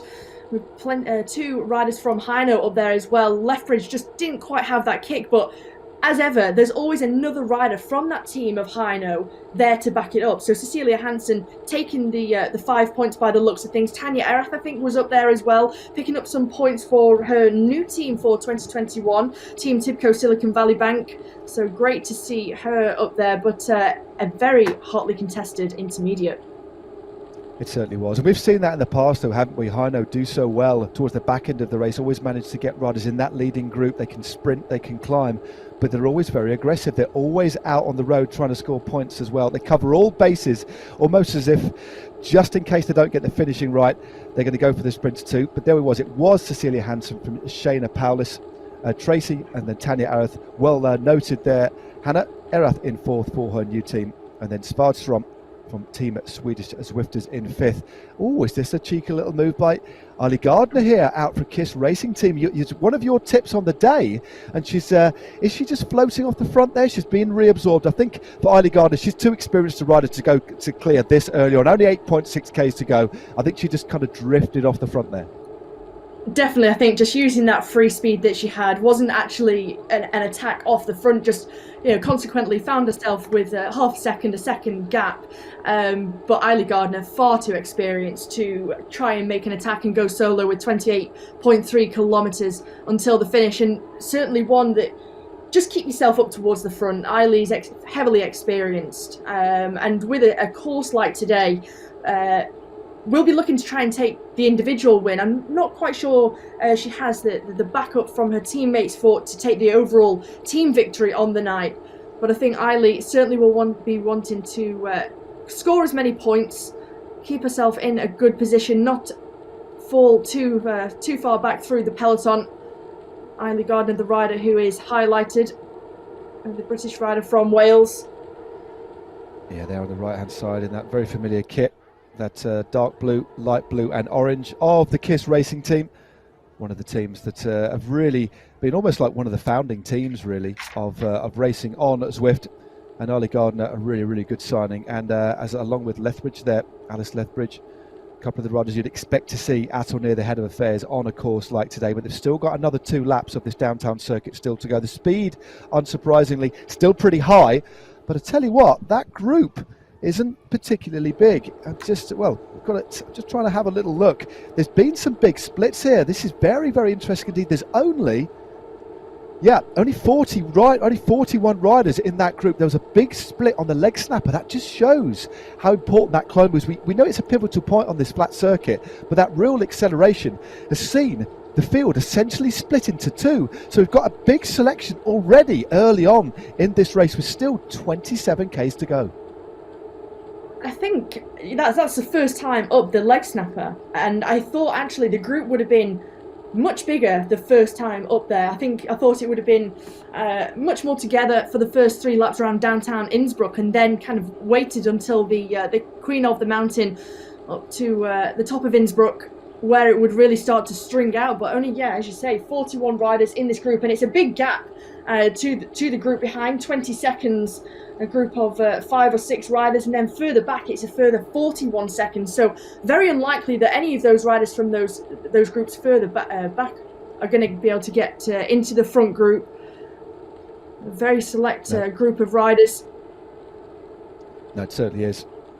So this is a very, very early selection as we look at Cecilia Hansen of Sweden. So experienced. Remember, 3rd place in the first ever World Esports Championships. That was back before Christmas. She really is a class campaigner. She can do it all. We know that Heino can ride a very, very good team time trial. They're so well gelled as a unit. Whatever permutation of riders they tend to field, they always finish at or near the head of affairs. But Cecilia Hansen, so experienced, and then sat in the midst of this group here, trying to save as much energy as he can at the moment. No point for any heroics right now. It's all about this particular part of the course. Still got 1 3/4 laps to go. It's about kind of making sure you don't miss the splits here and conserving your energy here, really, isn't it? Because that final climb, we're going to see the riders at or near the threshold all the way to the top, aren't we? Yeah, and any rider who's got a high 20-minute power output and got the tactics to go with it, and whoever's actually conserved the most energy throughout the race, is going to be one of those riders that's going to fare at the top of the climb. But I think for Cecilia Hansen, she's just sitting 3/4 of the way back in this bunch, making the most of the draft effect from all the riders in front. You can see the way she's pedaling as well in real life, in the picture-in-picture, keeping a really nice steady rhythm, nice cadence, just dancing on the pedals, making sure she's well hydrated as well on the parts where she knows that there's going to be no splits. She doesn't need to panic. She's looking very, very relaxed. As we take a look at the lineup from Canyon Esports, Kristen Falk, the Norwegian champion from 2019 there. Mary Wilkinson, British rider, a former Zwift Academy finalist. Bex Dewey, Katharina Machner, and Cécile Lejeune, the rider from France. That really is a good lineup, Canyon Esports. As I said, Kristen Falk, all of these riders ride well indoors and outdoors. In fact, Kristen Falk, as well as being exceptionally good at riding and racing on Zwift, she's a former world Gran Fondo champion as well. She's worn the rainbow jersey for the Gran Fondo, so really, really versatile. There's a real versatility to these riders. Of course, there are riders that specialise that riding on esports and on Zwift, but many of these riders augment their kind of training by riding outdoors. And as we look at one of the French rider, we just talked about her, Cécile Lejeune, just to put a big acceleration in there, just to move up the pack, and then backed off a little bit. The way that a lot of these riders, they're so experienced at riding on Zwift, they know how to ride in a peloton, accelerate a little bit, and then that, as you just said, that was a really nice phrase you used a little while ago, Hannah, was that free speed that you can get by just applying a little bit of power, then floating up the bunch, dropping into the slipstream and easing back. And the more racing we get on Zwift, the more riders are going to be good at this, aren't they? So it gets more competitive in terms of generating power, but also more nuanced in terms of the riders that understand how to ride on the Zwift platform. It's really fascinating to see it evolve, isn't it? It really is. It's very, very exciting, and it's here to stay as well. But it's also those riders who, they might race on the road, they might race on the track, they might do mountain biking, Gran Fondos, whatever. But some of these riders truly specialize in esports, and they know exactly where to make those efforts, all the little tips and tricks, where they need to be within the peloton, when to use their power-ups as well. Also might do recons of what the upcoming route might be for the racing leagues as well, so they know exactly what tactic to deploy for the races. And of course, they've got the sports directors in the virtual team car as well, so they'll be giving some direction through their communication methods via WhatsApp or Discord. Yeah, it really is fascinating. So many layers to it. As we look at Tanya Erath, very, very popular rider, moved over, of course, this year to her new team of Tipco, should I say, Team Tipco Silicon Valley Bank. And I do understand, I was just watching her on Instagram the other day, she's received her real kit. So she had a Zwift kit in game for last week's race, and she did actually receive her real Lycra, and you can see her in that kit there, out of the saddle. Tanya Erath, of course, a former Zwift Academy winner, and they're now riding for the American squad. A really good transfer, and unsurprisingly putting out a lot of power here, because they're back again. It's come around very, very quickly indeed, Hannah, hasn't it? Back on the leg snapper here.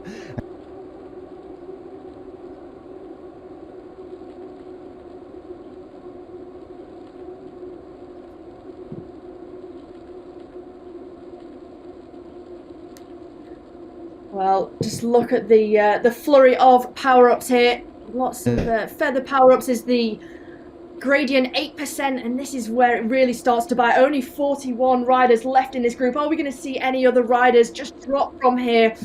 There's McIver, the rider up front, who is leading over the top with Nelson and Gardner just sitting tight. Mary Wilkinson as well from Canyon Esports. So it's McIver from Scotland who leads them over the top of the leg snapper. Nelson just takes over onto this slight downhill. Now they've got a chance to recover before we go into the next intermediate sprint, and Nelson into that super tuck there. Yeah, it's again a very nice little opportunity, albeit a brief opportunity to use that super tuck. When they get over a certain speed in game, if they freewheel, their avatar will drop into this super tuck that we see, offering them just that little bit of respite, a short opportunity just to give the legs an opportunity to recover, especially after that nasty little climb. It is only a short climb. They're only climbing it for about 35-40 seconds maximum, but because of the elevation they gain, what goes up must come down, and they have a short descent before they head back towards the river. But then coming up very, very quickly indeed, in only around a kilometre time, is the next intermediate sprint. So not a lot of time to recover, but really important that they use their aero tuck if they can, Hannah. It is, and that's back to what we were speaking about before, about the experience and knowing the platform, that use it to your advantage. There's not many opportunities on this course to recover, but it's, you know, it's having that tendency that you want to just keep the legs turning after the climb. But actually, you might as well get yourself into that aero tuck, but then make sure you're ready to get back on the pedals, get back on the gas when the gradient starts to flatten out, Matt. Indeed, well, the sprint's coming up. Cold Cloth of Vision E Racing, and Wright is there as well. So big, well, very, very good sprint. Amelia Wright here of the Ionian Racing Team, which is going to be overtaken. Oh, I think she might have just taken that. Great riding there by Amelia Wright of the Ionian Racing Team. I think it was Paulus and Lieberman from 2020, not too far behind. So great use. It was Wright, Paulus, Erath it was in third place, and then Lieberman. And rounding out the top five was Tracy there, Christy Tracy of Saris and at the Pros Closet. So very, very good sprint there by the rider from the Ionian Racing Team. One of those teams that's moved up, of course, from the community divisions into the Premier League. So good to see. And it is 2024 who have 10 points. That's a little bit, I wouldn't say it's surprising, but it's we normally see Hino Racing dominate everything.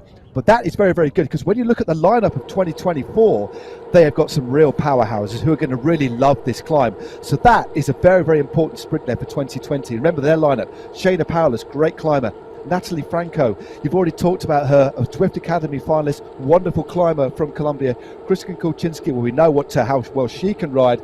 And then, of course, Rachel Lieberman, as we look at the Ionian Racing Team, a rather fetching jersey. And on the bottom left, that is Jamie Lee Wright. Superb sprint from her. That was impressive. That was very, very impressive. And one of the only riders to go over 11 watts per kilo into that sprint. She had a clear gap and got the 5 points on the board. So it is very, very close. 2024 running away so far with the 10 points, but very close with Hino, Ionian, Tibco all on 5. And I think again another hotly contested sprint. Jamie Lee Wright just came from the back there. She wasn't in the front few riders, but caught everyone off guard. No, she certainly did. Good sprint. Went long, but she, as you said, Hannah, she opened up that nice little bit of a gap and was able to hold that momentum, combined with the fact, again, as you said, that she managed to produce, you know, a not unmodest 11 watts a kilo. So very, very impressive, violent acceleration to take that sprint. And things have eased off just a little bit, unsurprisingly. Still very, very respectable watts per kilo being put out. They're moving along at a good speed here. Again, 17.6 Ks under the wheels, still 19.6 Ks to go. A little bit under halfway, one more complete lap of this circuit, and then they will head out to the underpass, left, and then up the climb that these riders will know very, very well indeed. A couple of little power-ups being used because we're just coming to the finish line. This is the finish line of the World Championships. There are the rainbow bands just across the line. They will swing left in just a few meters' time, past the Zwift house that we had for the World Championships a couple of years ago. That's just on the left-hand side. Maybe they'll give it a little bit of a wave in-game, because that's where we were ensconced just a couple of years ago. It really has whizzed by, but still only about 39 riders in this group. But again, another opportunity. This is the point on the course after the sprint's done, after the leg snapper, that it's like, okay, let's get calm and collected. Let's make sure we're keeping hydrated. Let's make sure we're keeping nice and cool. Let's think ahead. And this is the opportunity, really, because they're not going to be full on the gas, where they can talk to each other as well, isn't it, Hannah? It is, but another point where you can't lose focus on the course. You put so much pressure on yourself to make sure you get over the climb, you're still with it for the intermediate sprint, and you know that this is an opportunity on the course where you can recover and talk to each other. But the worst thing is, if you just, a momentarily lapse of concentration, you lose a few wheels or a few bike lengths, and you find yourself chasing. So you want to still make sure you're making the most of the draft within the bunch. Only 39 riders left in this group, so from the original 80 odd riders, the amount of riders you can draft from has reduced significantly. But as you say, a great opportunity to speak to your sports director, speak within the riders, who's feeling good, what tactic do we need to deploy? Is it going to how we planned before? How many points do we need to try and make up to get ourselves on the board, or to try and catch 2024? Yeah, and also who's feeling good for the climb? Indeed, but before we get to the climb, we've got one more lap to go of this circuit, one more opportunity to score valuable points at that intermediate sprint. Remember, it is a points race. It's a scratch race, but a points race as well. Of course, first across the line is the individual winner, but the Zwift Racing League is all about accumulating points for your team. And this is a points race. Sprint points that add towards your team's total, and then the first of 30 riders across the line as well get points. So it's so important, especially with the small group we've got now. Again, the glory of course goes to the riders in the top 10 and the podium, but it's so important for every single rider out on the road within the top 30 to keep on fighting. So we'll see these little mini battles a little bit further down the road towards the end, because really, when you look at it, it's the riders, the kind of third and fourth counters that could prove pivotal in terms of your point score at the end of the day. It is, and this is where the communication between the riders and the sports directors really comes into its own, that you need to make sure that you need to keep scoring, even if you're not in that front group, or even if you're slightly further back, you're not going for the actual individual win, just to make sure every minor placing really does count. Indeed. Well, that was the we'll talk about the stat we saw previously. This is the efficiency racing. Kristen Kulczynski is currently the most efficient rider out on the road at the moment. It is speed by watts per kilogram. So basically, all these riders in this front group are moving along at pretty much exactly the same speed. Of course, you might be moving a little bit quicker if you're moving around the outside, but essentially they're all riding at the same speed. But the efficiency rating is the rider that basically puts out the least amount of power to maintain the speed that they're riding on at the moment. That is the efficiency rating. It's a new metric that we've introduced into the game just to give you an insight into how important efficiency is in Zwift, as it is in real life as well. As we look at Bexy Dew there, the British rider riding for Canyon Esports, again riding very efficiently, just fiddling with her head unit there, the vest on there, making sure she keeps as cool as possible. It looks like she's just got the window open there. It is a cold day here in Great Britain. We had a few bits of snow over the last couple of days, the icy air keeping her nice and cool. And there we go, there is the heart rate data. Of course, the riders at the moment riding relatively comfortably. Before we head into the final sprint, we've got the leg snap of the sprint, and then of course that climb to the line. And the other metric that we looked at before, well, not really a metric, it was just a simple accumulation. It's the rider with the most ride-on. So as Hannah implored you to do before, please do get behind these riders. Get some comments in as well on YouTube or on Facebook, but more importantly, get on your companion app and give your favourite riders, or whatever rider you want, a nice little ride-on. But it is Tanya Erath who's currently got the biggest score. She had the best last week, I think, as well. Or sorry, the week before last. So Tanya Erath, clearly a very, very popular rider on Zwift, Hannah. Yeah, true hot favourite, Tanya Erath with the fans. But I think whenever these riders get a ride on, especially when you're in the hurt locker, in the pain cave, and the legs are burning, the lungs are burning, when you see that ride on, getting some support from the community, from everyone watching at home, from the comfort of your sofa or wherever you may be, it's certainly just spurs you on just that little bit more, and especially for the Queen of the Mountain, which is coming up at the back end of this race. Indeed. That is the Queen of the Mountains at the top of the climb. 491 metres of elevation in today, but of course the vast majority of that does come at the back end as we look at I Race Like a Girl. Lenny Ramsey of the Netherlands, Catherine Curry. Remember, she won round one. What a tremendous sprint that was to take the round in Richmond. Meredith Kessler there as well, although blanked out. Hopefully we'll get a photo of her next week. Then we've got Alana O'Mara, and then rounding out the team is Carly Johan for I Race Like a Girl. Very, very good squad indeed. They currently lie fourth on the overall rankings, so very, very consistent indeed. You can just see Meredith Kessler, she's just on the left-hand side there, just moving towards, just putting out she's really leaning on that gear there. Some of these riders prefer to use a bit of a bigger gear. Again, that lower kind of cadence, again, especially on the climbs. And then she's got a fair few ride-ons as well, into triple figures there is Kessler, so another very, very popular rider indeed. Very, very popular, brilliant from Kessler, but a rider who really likes to grind out that gear, every now and then out the saddle, but keeping a very low cadence compared to some of the other riders we've seen who are racing in their pain caves. Who, we see some riders, it's just kind of whatever works for you personally. Some riders just can cope with that low cadence. Well, it's Kessler will be riding in the Z Pro Tri Series. It's actually starting next week, so she's a triathlete. And that's the thing, we've got riders from different disciplines of cycling coming together to ride on Zwift. It really is a wonderful community. But look at the stats of Kessler as we hit the leg snapper for the final time. This is the last time up here. Kessler sticking out 500 watts. She is very, very powerful indeed. Riders wisely using their power-ups here. The one you want, of course, is the featherweight power-up, which makes you lighter, 10% lighter. It is Christine Curie now moving to the top of this climb, taking the lead for I Race Like a Girl.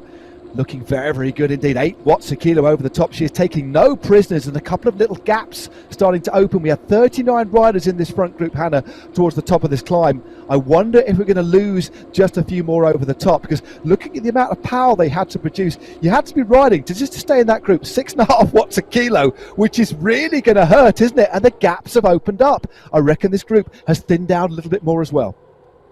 Yeah, we can just see from that long shot how stretched out this group is. And yeah, exceptional effort from those riders up front, and everyone just trying to eke out all the power and the watts they possibly can. Mary Wilkinson, great to see her up towards the front. This is one of the first shots we've seen of her all race, so keeping her powder dry, keeping it very quiet. But you can just see a group of around 4 or 5 riders off the back of this group. We want to try and get back into this leading group as quick as possible, as they still start to descend, Matt. Yeah, sorry to cut across you there. Yeah, that little group of riders, it's only 3 or 4 seconds gap, but as we know on Zwift, it's very, very hard once the gap has opened up. That's why we see the speed really, really rise on these climbs when they approach the climb. Riders want to get into a good position, because if you are in a bad position or get out of position and lose a wheel, it's so hard to get back in contact. It really, really is. They're going to have to put out a big, big effort to close that short gap, because we've got the sprint, the final intermediate sprint. 5, 4, 3, 2, 1 points on offer here. Lethbridge takes to the front, and the gap is opening up on that little cluster of riders behind. It is Natalie Stevenson, Santoyo, Kristen Falk and Eleanor Wiseman. That is that group behind. But the sprint is now opening up, and the speed, unsurprisingly, increasing exponentially here. Tracy now in front, opens up a little bit of a gap here, drops that power up just at the right time. It looks like that's going to carry Wright to the win. Wright takes Jamelia Wright 2 from 2 there from the Ionian race team. Wright takes another win. She is absolutely on fire. Looks like Tracy was up there as well.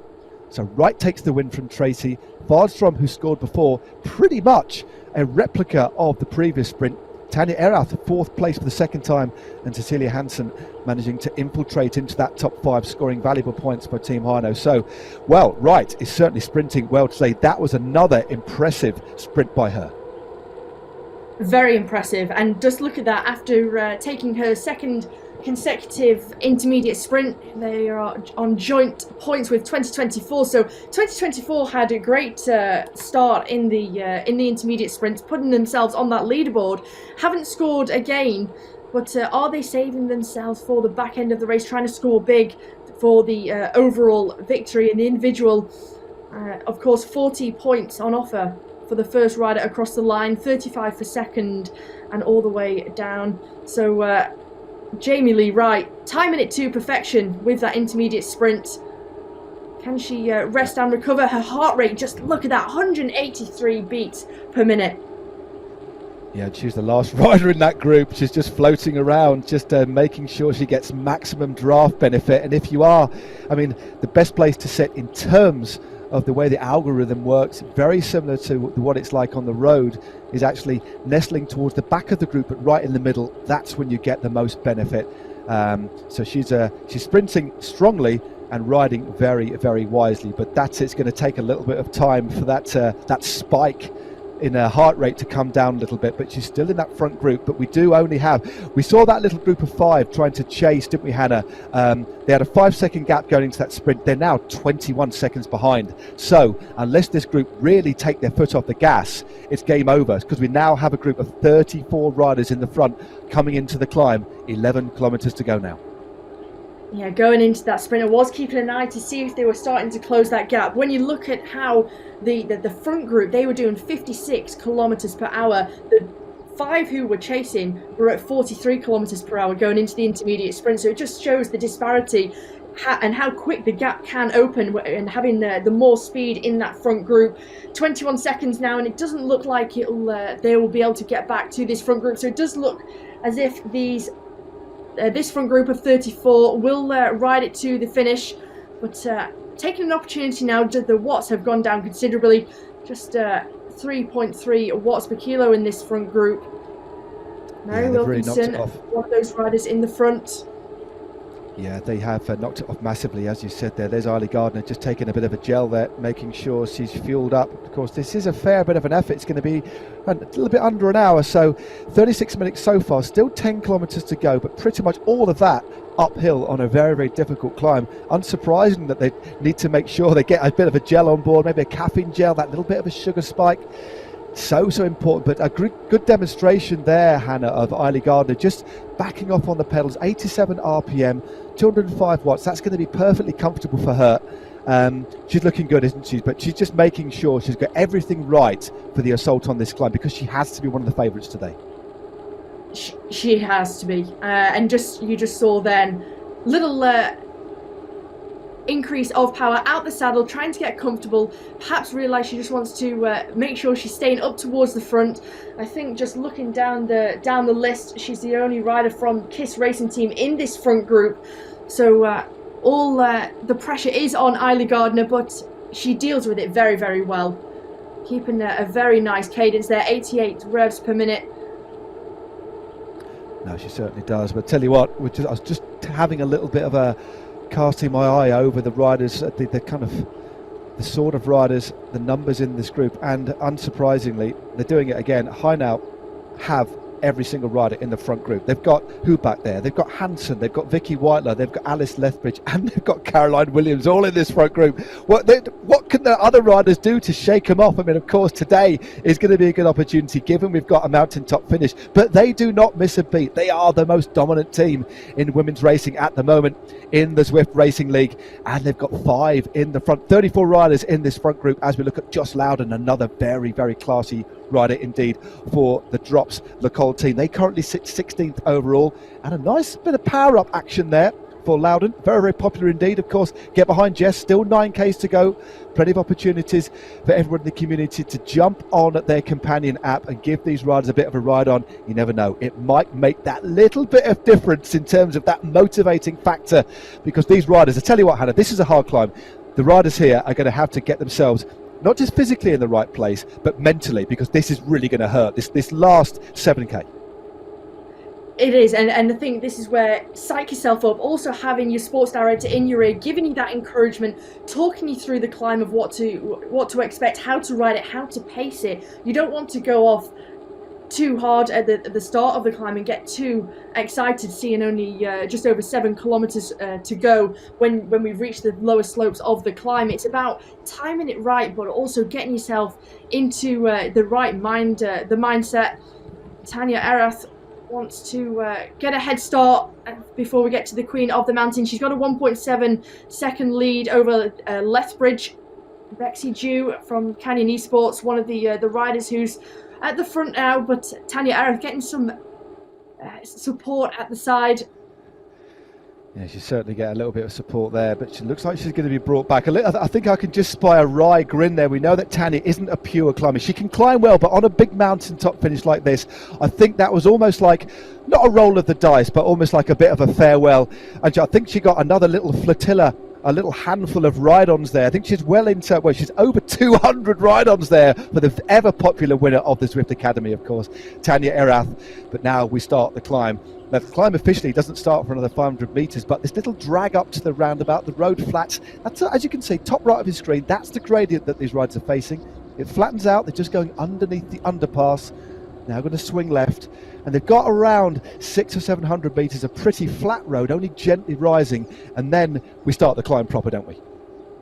We do. And as you just saw, those fluctuations of the gradient, it's not actually classed when you actually look at the profile, but that was 9%. So all these little increases of gradient on the course in the run up to the Queen of the Mountain, all take its toll. If you're already into that red zone, then certainly puts more pain, more lactate into those legs. Lenny Ramsey, just another rider who likes to keep the revs per minute very, very low, 57 revs per minute.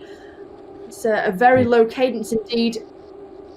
That's almost like, it's almost the cycling equivalent when you do, it is very efficient. We've got riders use kind of different styles. We've got some riders that like to deliver sat down a really high cadence, but they might then give themselves a bit of a break. Other riders have just kind of trained themselves to use that kind of big gear. And you can, obviously, when you're out of the saddle, you can recruit your back muscles, your kind of shoulders, your arms as well. But there's a cost to that because you're using a lot more energy. But used at the right time, it can be very, very effective indeed. That's why, of course, most riders get out of the saddle when they sprint to recruit all of those different muscles. But it is very interesting to see the different styles that riders use when they're climbing, isn't it?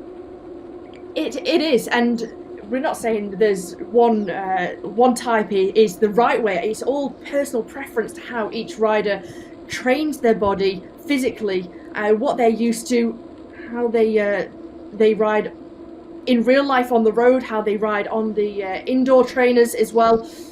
But it's all personal preference. What works for each rider, one rider might not work for another. Indeed. Well, Tanya Erath has been dropped from that group now, but she's at the top of the leaderboard in terms of the ride-ons, 224. But we've got a couple of little splits happening now. It's Emma Belforth now on at the front. Very, very classy rider from Sweden, team Swedish Zwifters, of course. And Belforth 8th in the UCI World Championships. She really is a class campaigner. Of course, that particular championships was, well, we had the hilltop finish, of course. Kulczynski, again, my little cheeky outside tip. She is back in front, but this is the gradient on the right hand side, 10%, and it's starting to split now. Kulczynski is there, Alice Lethbridge of Hainaut, Belforth, who I've just mentioned, Courtney Nelson is there from the Insured, powered by Pedal Power, Joss Loudon, Eiley Gardner, but it's starting to string out some big gaps opening now, Hannah. Okay, Nelson now on the front. Courtney Nelson of Insured, powered by Pedal Power, 7.4 watts a kilo for the American. Kulczynski is desperately trying to get across, but the top 10 are now separated by 4 seconds. Mary Wilkinson in 10th, and it looks like Kulczynski has managed to get across that gap now. Nelson, I think, a lot of the power-ups have already been used, but remember, there's no more opportunities to get power-ups. The last power-up available was when they rolled through the UCI finishing line. So anybody who's used their power-up, no more opportunities to get them at all. And we saw in the men's race, and especially in relation to the winner, Ovet, he saved his power-up to the last, and that did make a big, big difference. But they're now on the lowest slopes of this climb. Still a long, long way to go. 6 kilometres now. Nelson's still on the front, but the gap's really starting to open up as Joss Loudon moves to the front as well. This is absolutely fascinating stuff. This climb has really, really started to rip this field apart. Such is the ferocious pace in front, Hannah. Very ferocious. Nelson here just dragging it out at the front, and you can just see with 5.8 kilometers remaining, and as that gradient has increased, just how much damage it's done to the group. Previously we had 34 riders in that front group, now only 8 riders, with Caroline Williams just a further second behind, Eiley Gardner as well, and Vicky Whitelaw from Hainaut Racing Team within the top 10. But Curry, our individual winner from 2 weeks ago, is out front. So the rider from I Race Like a Girl is being joined by Lethbridge, Belforth, Kulczynski, Nelson, Lejeune, Caroline Williams, and Gardner has got across by the looks of things. Well, interesting, we just saw Catherine Curie in this front group. We know she can sprint well. We saw that, as you just said, she won the opening round in Richmond in a big bunch sprint. Well, from that small group, should I say. But she's got an amazing 20-minute power, 5.4 watts a kilo. So absolutely amazing as we look at Mary Wilkinson. Good riding by Mary Wilkinson here. Scary Mary, as they call her. Well, she's as soft as a lamb, really. She works on a farm, but she is a fierce competitor. A couple of years ago was a finalist in the Zwift Academy, of course. Didn't get the contract, but she is a formidable opponent on Zwift. A former hill climb champion of Great Britain, but she's just starting to get distance now. This is a really, really high pace that's being set. She's just hovering about 5 watts a kilo, but she's so experienced, Hannah, isn't she? She won't panic. And on a climb like this, as we well know, it's about staying calm, isn't it? And using the road to your advantage, not panicking if the gap opens up, because if you push yourself into the red too early, it's then game over. So experience pays here as well, doesn't it? It certainly does. It's not cracking under pressure. There's still 5.2 kilometres remaining until we reach that finish line. So anything can happen. Just ride yourself back into the wheels. And that's what she's done. She's used that van draft power up just to get herself into contention again with the leaders. So that just shows where the experience is coming for Mary Wilkinson, the British rider, racing for Canyon Esports. We now have 2 riders from Canyon Esports in this front group, Cecile Lejeune and Mary Wilkinson. So experience pays off here.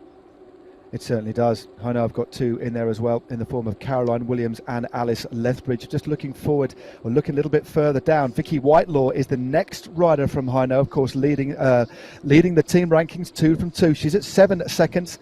So and Cecilia Hansen is in 17th at 21 seconds. So I don't think Cecilia Hansen is going to win at this one. It's going to come from a rider in this front group. But Lethbridge, again, look at this. It's amazing to see. You can almost feel the pain of Mary Wilkinson here. She was on the group. She's now gone out the back. But Lethbridge and Kulczynski setting a ferocious pace. And Curie goes again. Big acceleration by Curie here. Using that big acceleration that she has to go clear, but 4.7 Ks to go.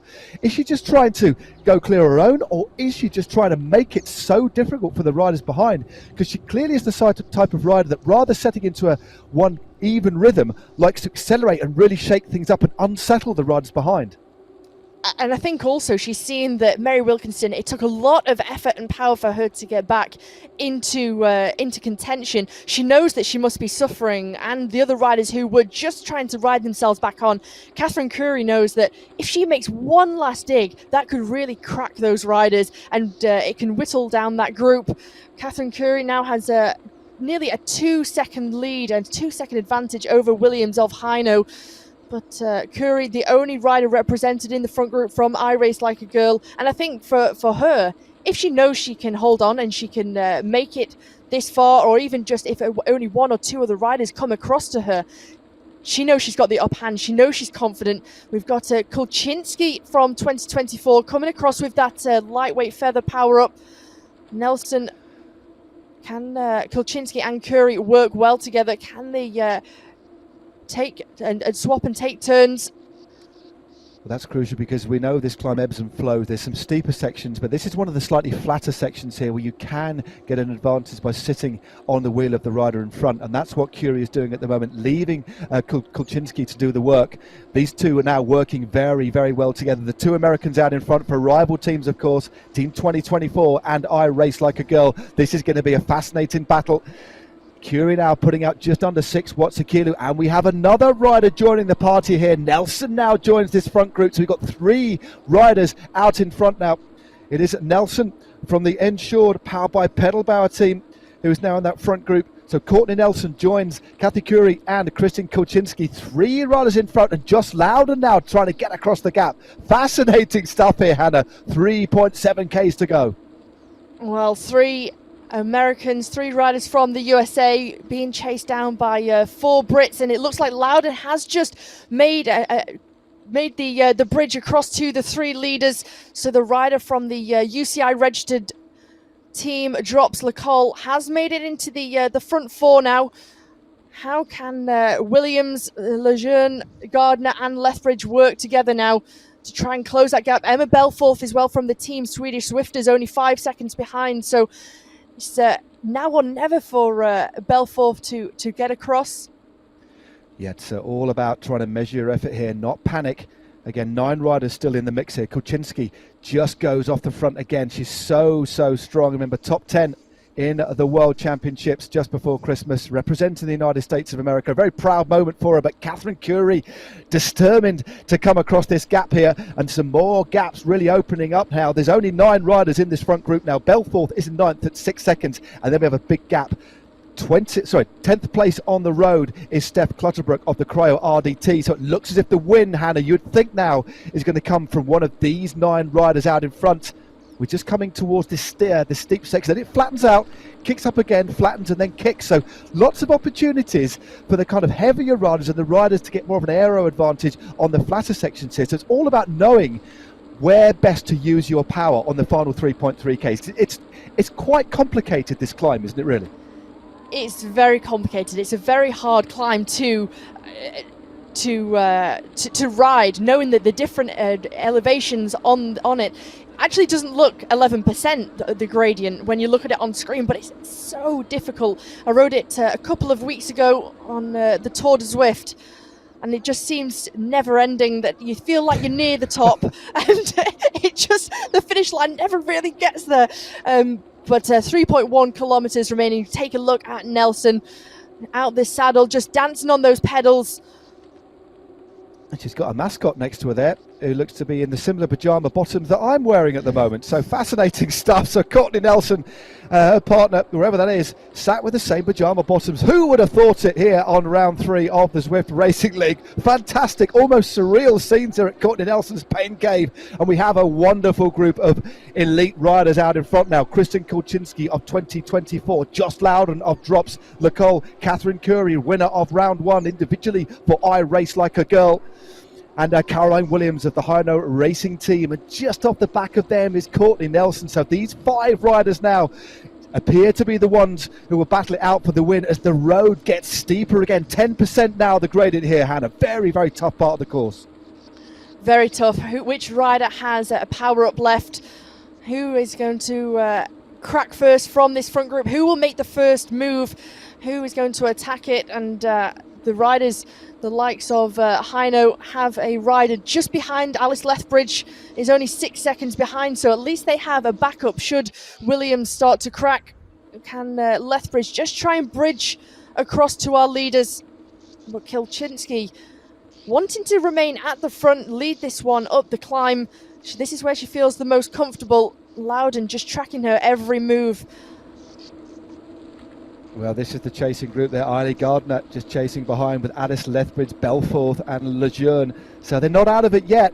And as we said, this is when we talk about a complicated climb, we just mean it's not an even gradient all the way up. There's some steep sections. It kind of fluctuates between 11% and kind of 2%. There's some long drags which are even, but then there's these little plateaus, even slight downhills, and then the road kicks up again. So there's a real variation of gradient. There's a real variation and an opportunity to recover. Therefore, the effort that you make on this climb it's kind of non-linear. It's up and down all the time, and that is actually quite complex to try and ride. So these riders will have been out on the course many occasions trying to get it right, but we have this group of 5 riders out in front. But Eilidh Gardner, she's not giving up, only 4.5 seconds behind, and we know she can deliver a really fast sprint. She seems to be closing here, Hannah.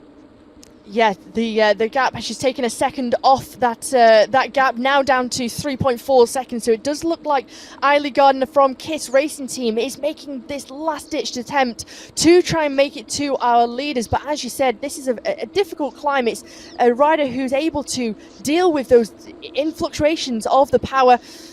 High power on the steeper gradients, and Eilidh Gardner has bridged across to the leaders of Curie, Loudon, Kulczynski, Nelson and Williams. So an exceptional effort. She's gone straight past those riders, and you can just see her in her pain cave there, keeping up that big power.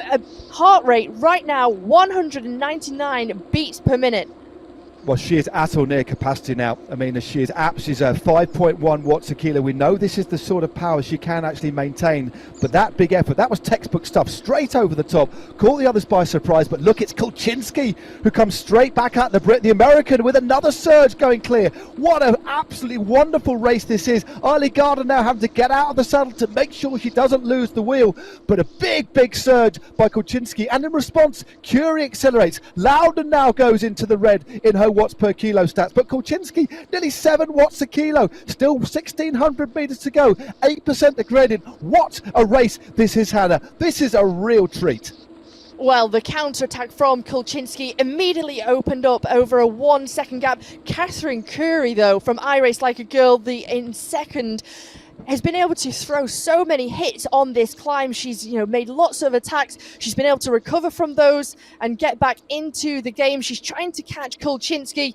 Loudon, the rider from Drops Le Col, just trailing 1.7 seconds here, but it looks like the three riders, Kulczynski, Curry, Loudon, they have opened up a huge gap to Williams, who is a further 7 seconds. But Kulczynski, what a ride from 2024, the American rider here. She can really take a lot of punishment. We know the harder the better. She likes the attritional courses, and this is one of those. This is the hardest finish we've had on a ZRL race so far. A lot of climbing, and there are the stats. She's still holding 5.7 watts a kilo, which is absolutely magnificent. A lot of power-ups, a lot of ride-ons as well. 126 for Kulczynski, who's very, very popular indeed. They've got the Flamme Rouge in sight now. This is a 10% gradient, but once they go under the Flamme Rouge, the 1 kilometre to go banner, the road actually eases. It flattens off ever so slightly, and then there's a long drag of around 4% to the line. But Kulczynski goes again. Curie almost got her wheel with Loudon, and now Kulczynski finds something else. 1 kilometre to go now. Well, this is really where you start to crack your opponents, that they just get back on terms with you, Curry, and then Kulczynski just puts down more watts, more power, and just saying, well, you know what, I can take this, you can come back to me, but I'm going to ride away from you. What has Loudon got left in the tank as she keeps again, high cadence? She's riding back to the wheel of Curry, but is Kulczynski got anything left in the tank? Is she going to be able to open up any more gaps, or is this going to come down to a 3-rider sprint to the line? Well, Josh Loudon there, look at that, really, really high cadence, 110 RPM, that's 110 revolutions a minute. She is really spinning this, but still the leader is Kulczynski. But Loudon, the road flattens ever so slightly. There's the gradient on the right-hand side, 3 or 4%, so there is a benefit in sitting on a wheel. I don't think any of these riders have got a power-up left. Coming in to the last 550 metres now, Kulczynski swings over. Loudon now takes the lead. So it is between Kulczynski, Loudon and Curie. 2024 Drops Le Col and I Race Like a Girl. Catherine Curie from I Race Like a Girl sat in 3rd position there in the pink. Kulczynski on the right-hand side in the green and blue. Then we have Loudon in the kind of stick of rock kit there for Drops Le Col. Who's going to take the win now? 300 metres to go. They will be able to see the finish banner very, very shortly. There are some power-ups. There are some power-ups left in the tank. It is Loudon who goes clear. Kulczynski has dropped. Loudon v Curie. Loudon goes clear here. Curie, goes into the lead now. Curie looks like she's going to take a second win. Loudon will not give up. Kulczynski still fighting in 3rd, but it looks as if Catherine Curie of I Race Like a Girl, 10 watts a kilo at the top of this climb, is going to take another win for her. Catherine Curie takes the win for I Race Like a Girl. Josh Loudon in 2nd for Drops Le Col, and rounding out the podium, a magnificent ride again from Kristen Kulczynski of 2024. Caroline Williams in 4th there for the Hino Racing Team, rolls across the line. Nelson in 5th. What a fantastic race that was, Hannah. An absolute thriller. It was. Curie went early on the Queen of the Mountain. She kept getting hit. She was giving out the watt bombs. But in the end, Curie taking her 2nd individual victory in Season 2 of the Zwift Racing League. And a great battle there between her, Loudon, and Kulczynski. Well, this rider's still rolling across the line. There's a big gap. We've got the first 9. That was, I think, Emma Belforth, who just rolled across the line at around 30-odd seconds. Then we have a full minute and a half. So still a lot of points on offer. And looking a little bit down the rankings, there's a couple of I Race Like a Girl riders in there. Hino are also well represented. It's going to go down to the wire in terms of the point score here. Again, we'll have our mathematicians at Zwift headquarters with their abacus, their virtual abacus. Let's have a little look at a slow motion replay, because that really was spectacular, wasn't it, Hannah? We saw Kulczynski out in front till about 500 metres to go, but then just at the right time, Loudon and Curie opened it up. But they had the all-important feather-up, power-up as well, didn't they? Take us through the last few hundred metres, Hannah.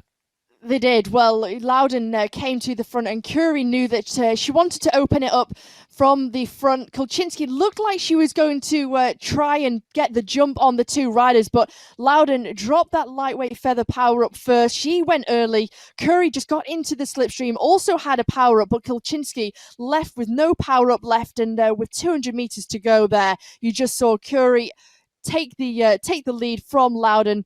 She opened it up by 2, 3, 4 bike lengths, and Loudon just had no response. Curie, we knew she was able to time her sprint to the line to perfection after 2 weeks ago when we were in the other World Championship course in Richmond, and on the line, on the top of the Queen of the Mountain in Innsbruck, it was Curie taking her second individual victory. Yeah, big win. And there we go. That is the confirmation of the results. Catherine Curie, as Hannah just said, her second win of the series so far. For I Race Like a Girl, she takes the win ahead of Joss Loudon of Drops-le-Col in second. Kristin Kulczynski, well, she'll be relatively happy with that. Another fine performance by her for Team 2024 in third. Then we have the duo, well, Caroline Williams in fourth for Team Hino. Eilidh Gardner there, solid performance by Eilidh in fifth there for Kiss Racing. Alice Lethbridge, the second Hino rider across the line. Seventh, Courtney Nelson of Insured, powered by Pedal Power. Then we have Cécile Lejeune, the first of the Canyon Esports riders. Emma Belforth is there in ninth for the Swedish Zwifters. And then rounding out the top 10, Steph Klotterbrook riding for Cryo RDT at 33 seconds. Well, breathless stuff. I mean, we've had such exciting racing. I mean, it's difficult to call, but the level here is so high. And what entertainment! There's I'll come back to you in a moment, but there's the confirmation of the finish line points. Unsurprisingly, Catherine Curie gets the maximum points in terms of 40 there. Loudon with 35, Kulczynski, Williams, Gardner, Lethbridge, Nelson, Lejeune, Belforth, and Clutterbuck grabbing herself 21 points for her Cryo RDT team. So there's still riders crossing the line, so we will get the team points with you as soon as we can. And I think there we go. Hino Racing Team, take it again. God, consistent as ever. That is 3 from 3, 103 points, but a great ride there by I Race Like a Girl. Second place on the night for them with 66. Canyon Esports as consistent as ever with 50. 2024 with 46.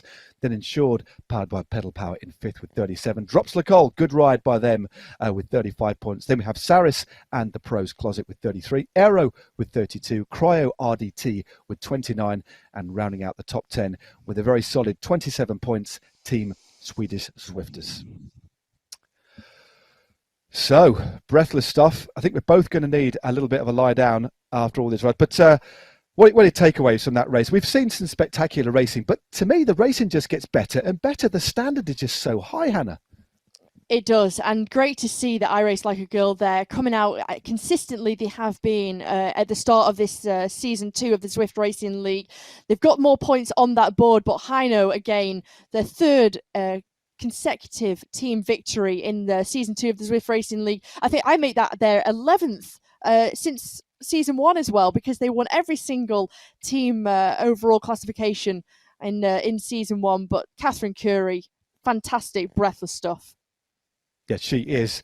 Well, let's look. I was just looking back at her stats there. I mean, she's only 55 kilograms, but can ride at 300 watts for 20 minutes. That just shows. That's why she is so good. But she can deliver a real high end power and a real kind of good threshold as well. A kind of a rather heady kind of combination of abilities she has. But it's amazing, isn't it? Hi now, still dominating proceedings, but on the night, they weren't too high up the rankings. It just shows it's all about the team, isn't it? It's about all of your riders forming, having that collective kind of presence. And I do believe we are going to have an interview with our winner, which is wonderful. So we'll hold on to our hats for that. We shall be coming to her very, very shortly indeed. It is, of course, Catherine Curie, who won today. So as soon as we can, we'll get over to her. But Hannah, without winning on the night or even getting on the podium, Hino deliver week in, week out, don't they? They do, and we saw in the intermediate sprints, there was 3 of those. They weren't, high up in the standings at all. That was kind of dominated by the likes of 2024. We saw Aeonian team up but up there as well, scoring high. But in the end, actually, it came on the finish line points. They knew that they had to try and score high there. Let's save our legs and not go for all the intermediate sprints. Let's not waste any energy, but let's try and get our riders as far up that queen of the mountain as possible. And again, it's paid off. If you look at the disparity between the points overall, they were into the hundreds, almost double the points of I Race Like a Girl. Yep, certainly was. Well, hopefully we could get over to our race winner, Catherine Curie, very, very shortly indeed. But that really was an amazing battle. As I say, Curie took it by 0.7 of a second in the end, with the addition, firstly, the combination of that kind of that explosive power she had. Plus, I mean, she dropped the power up just at the same time as Josh Loudon as well. But there's real discipline to keep that in your back pocket, because we know it makes so much difference on a climb. 10% kind of loss of your weight, especially when you're very, very light. No wonder Kriskin Kulczynski couldn't really hold on. Once they dropped the power ups, it was just between two riders, wasn't it? It was, and I think it's also having that jump on the other rider as well. Josh Loudon opened up first, but Curie was able to respond to that and had the power up. Kulczynski, after the effort that she did all the way up the climb, just had nothing left but a very respectable ride from the rider from 2024. But in the end, Curie just had that explosive power, was able to open up the gap. And I think for Loudon, despite, she still continued her effort, I think, you just can't match that power of Catherine Curie. Well, the aforementioned Catherine Curie, that leads us nicely on. Hopefully, we've got a link via the power of the internet to speak to Catherine Curie. Here she is on our screens now. Catherine, first and foremost, congratulations. That was another magnificent ride.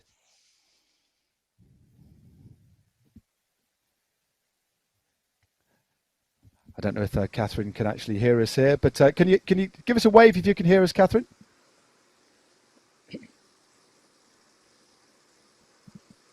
Don't think she can hear us just yet. I'll try again. Give us a wave if you can hear us. She can indeed. Well, Catherine, firstly, congratulations. How deep did you have to go today?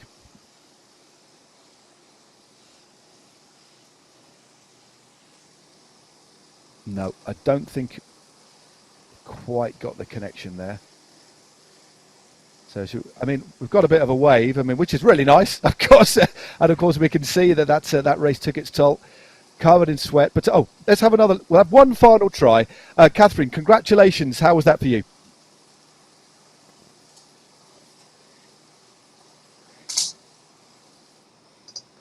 No. Okay, we're going to try one more time. Catherine, that looked brutal, a really attritional race. How did that feel? Oh my God, that hurt so much. I thought I was going to puke at the finish. And now I have a foot cramp, so I can't pedal. Oh my gosh. Yeah. Well, what a race. What interests me was the fact that we've seen you deliver from a sprint. You won in Richmond, but you're clearly a very, very versatile rider, because you rode that climb perfectly well and timed the sprint to perfection and had that featherweight power up in your back pocket as well. Yeah. I got a little, anxious when the group was a little bigger than I wanted. So I put in that attack, knowing that everyone was kind of on the rivet. And from my racing days, in real life, my director always said the great time to attack is when you're hurting because everyone else is hurting. So, yeah, it was impressive. Courtney and Kristen went with me. I know Courtney from real life. She and I ride together. I know she's a super phenomenal climber, and Kristen's just taken the esports racing by storm. So it was nice to have them. And then Jess and Eiley bridged up. So it was nice to have a little bit of company. And I had two of my teammates who weren't racing directing, and they kept telling me when the other people were using their power-ups, so I knew I had mine in my back pocket to use. A feather isn't the greatest in a sprint, but it's better than nothing. It certainly is. Well, Catherine, it's really lovely to speak to you. Congratulations once more to you and to the rest of the team. Hopefully, I've no doubt we'll be talking to you a little bit later in the season, but have a nice warm down, and we shall see you next week. Thanks very much. Thanks. Bye, everyone. Take care. Bye-bye. Well, Hannah, what a really interesting insight. I love the opening line. I kind of went so hard I nearly puked. What an insight into how hard these riders really have to go. And the fact that she's got cramp and she's unable to pedal to do her warm down. This just shows how hard these riders are racing. I mean, it's full gas and to the finish. That just shows what it takes to get a victory in the Zwift Racing League. Well, let's have a little look. We do have the standings ready for you. I've been reliably informed. We're going to go to that ranking now. And here we have it. This is the net result of round 3. Well, there you go. Hino Racing Team. Well, 3 from 3. Absolutely stellar performance by the women in red. 60 points, a maximum score for them. Canyon Esports still as consistent as ever. They're currently in second with 55 points. Remember, still 5 races to go. Lots to play for. I Race Like a Girl, courtesy of that individual win today. They move up into third with equal on points with 20-24. What a battle we have got here for the podium spots. Ensured Power by Pedal Power in 5th. Cryo RDT in 6th. Team Swedish Zwifters with 38 points. They lie in 7th. Saris and the Pros Closet, 35 points. They're equal on points with the Ionian Racing Team. Very, very impressive from the team that moved up from the community divisions last year. And rounding out the top 10, Kiss Racing Team with 29 points. So Hannah, before we say goodbye, just a takeaway from you. I mean, what was your highlight of today's race? I think my highlight was Catherine Curry, the amount of hits that she was able to dish out to everyone, and the fact that, and it's what we picked up during the race, that when Eiley Gardner and Mary Wilkinson got back on terms with the leading group, Catherine Curry was the rider to attack them and put them out the back again. So I think don't give up when everyone else is hurting, and when you're hurting, everyone else is hurting too. So I Race Like a Girl, keeping it consistent and moving up the scoreboard into 3rd overall.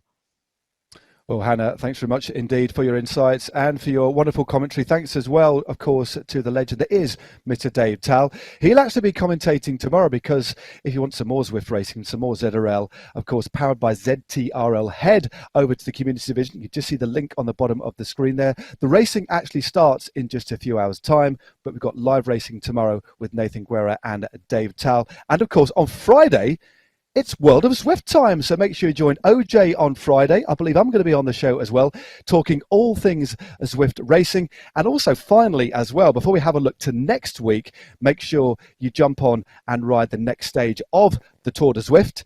But next week, we head to New York. We are riding on the mighty Metropolitan course, a real up and down tongue twister of a course in New York for round 4. That should be absolutely spectacular. It is another points race next week. But for now, from a slightly exhausted Matt Stevens, Dave Tal and Hannah Walker, it's goodbye, stay safe, and most importantly, ride on.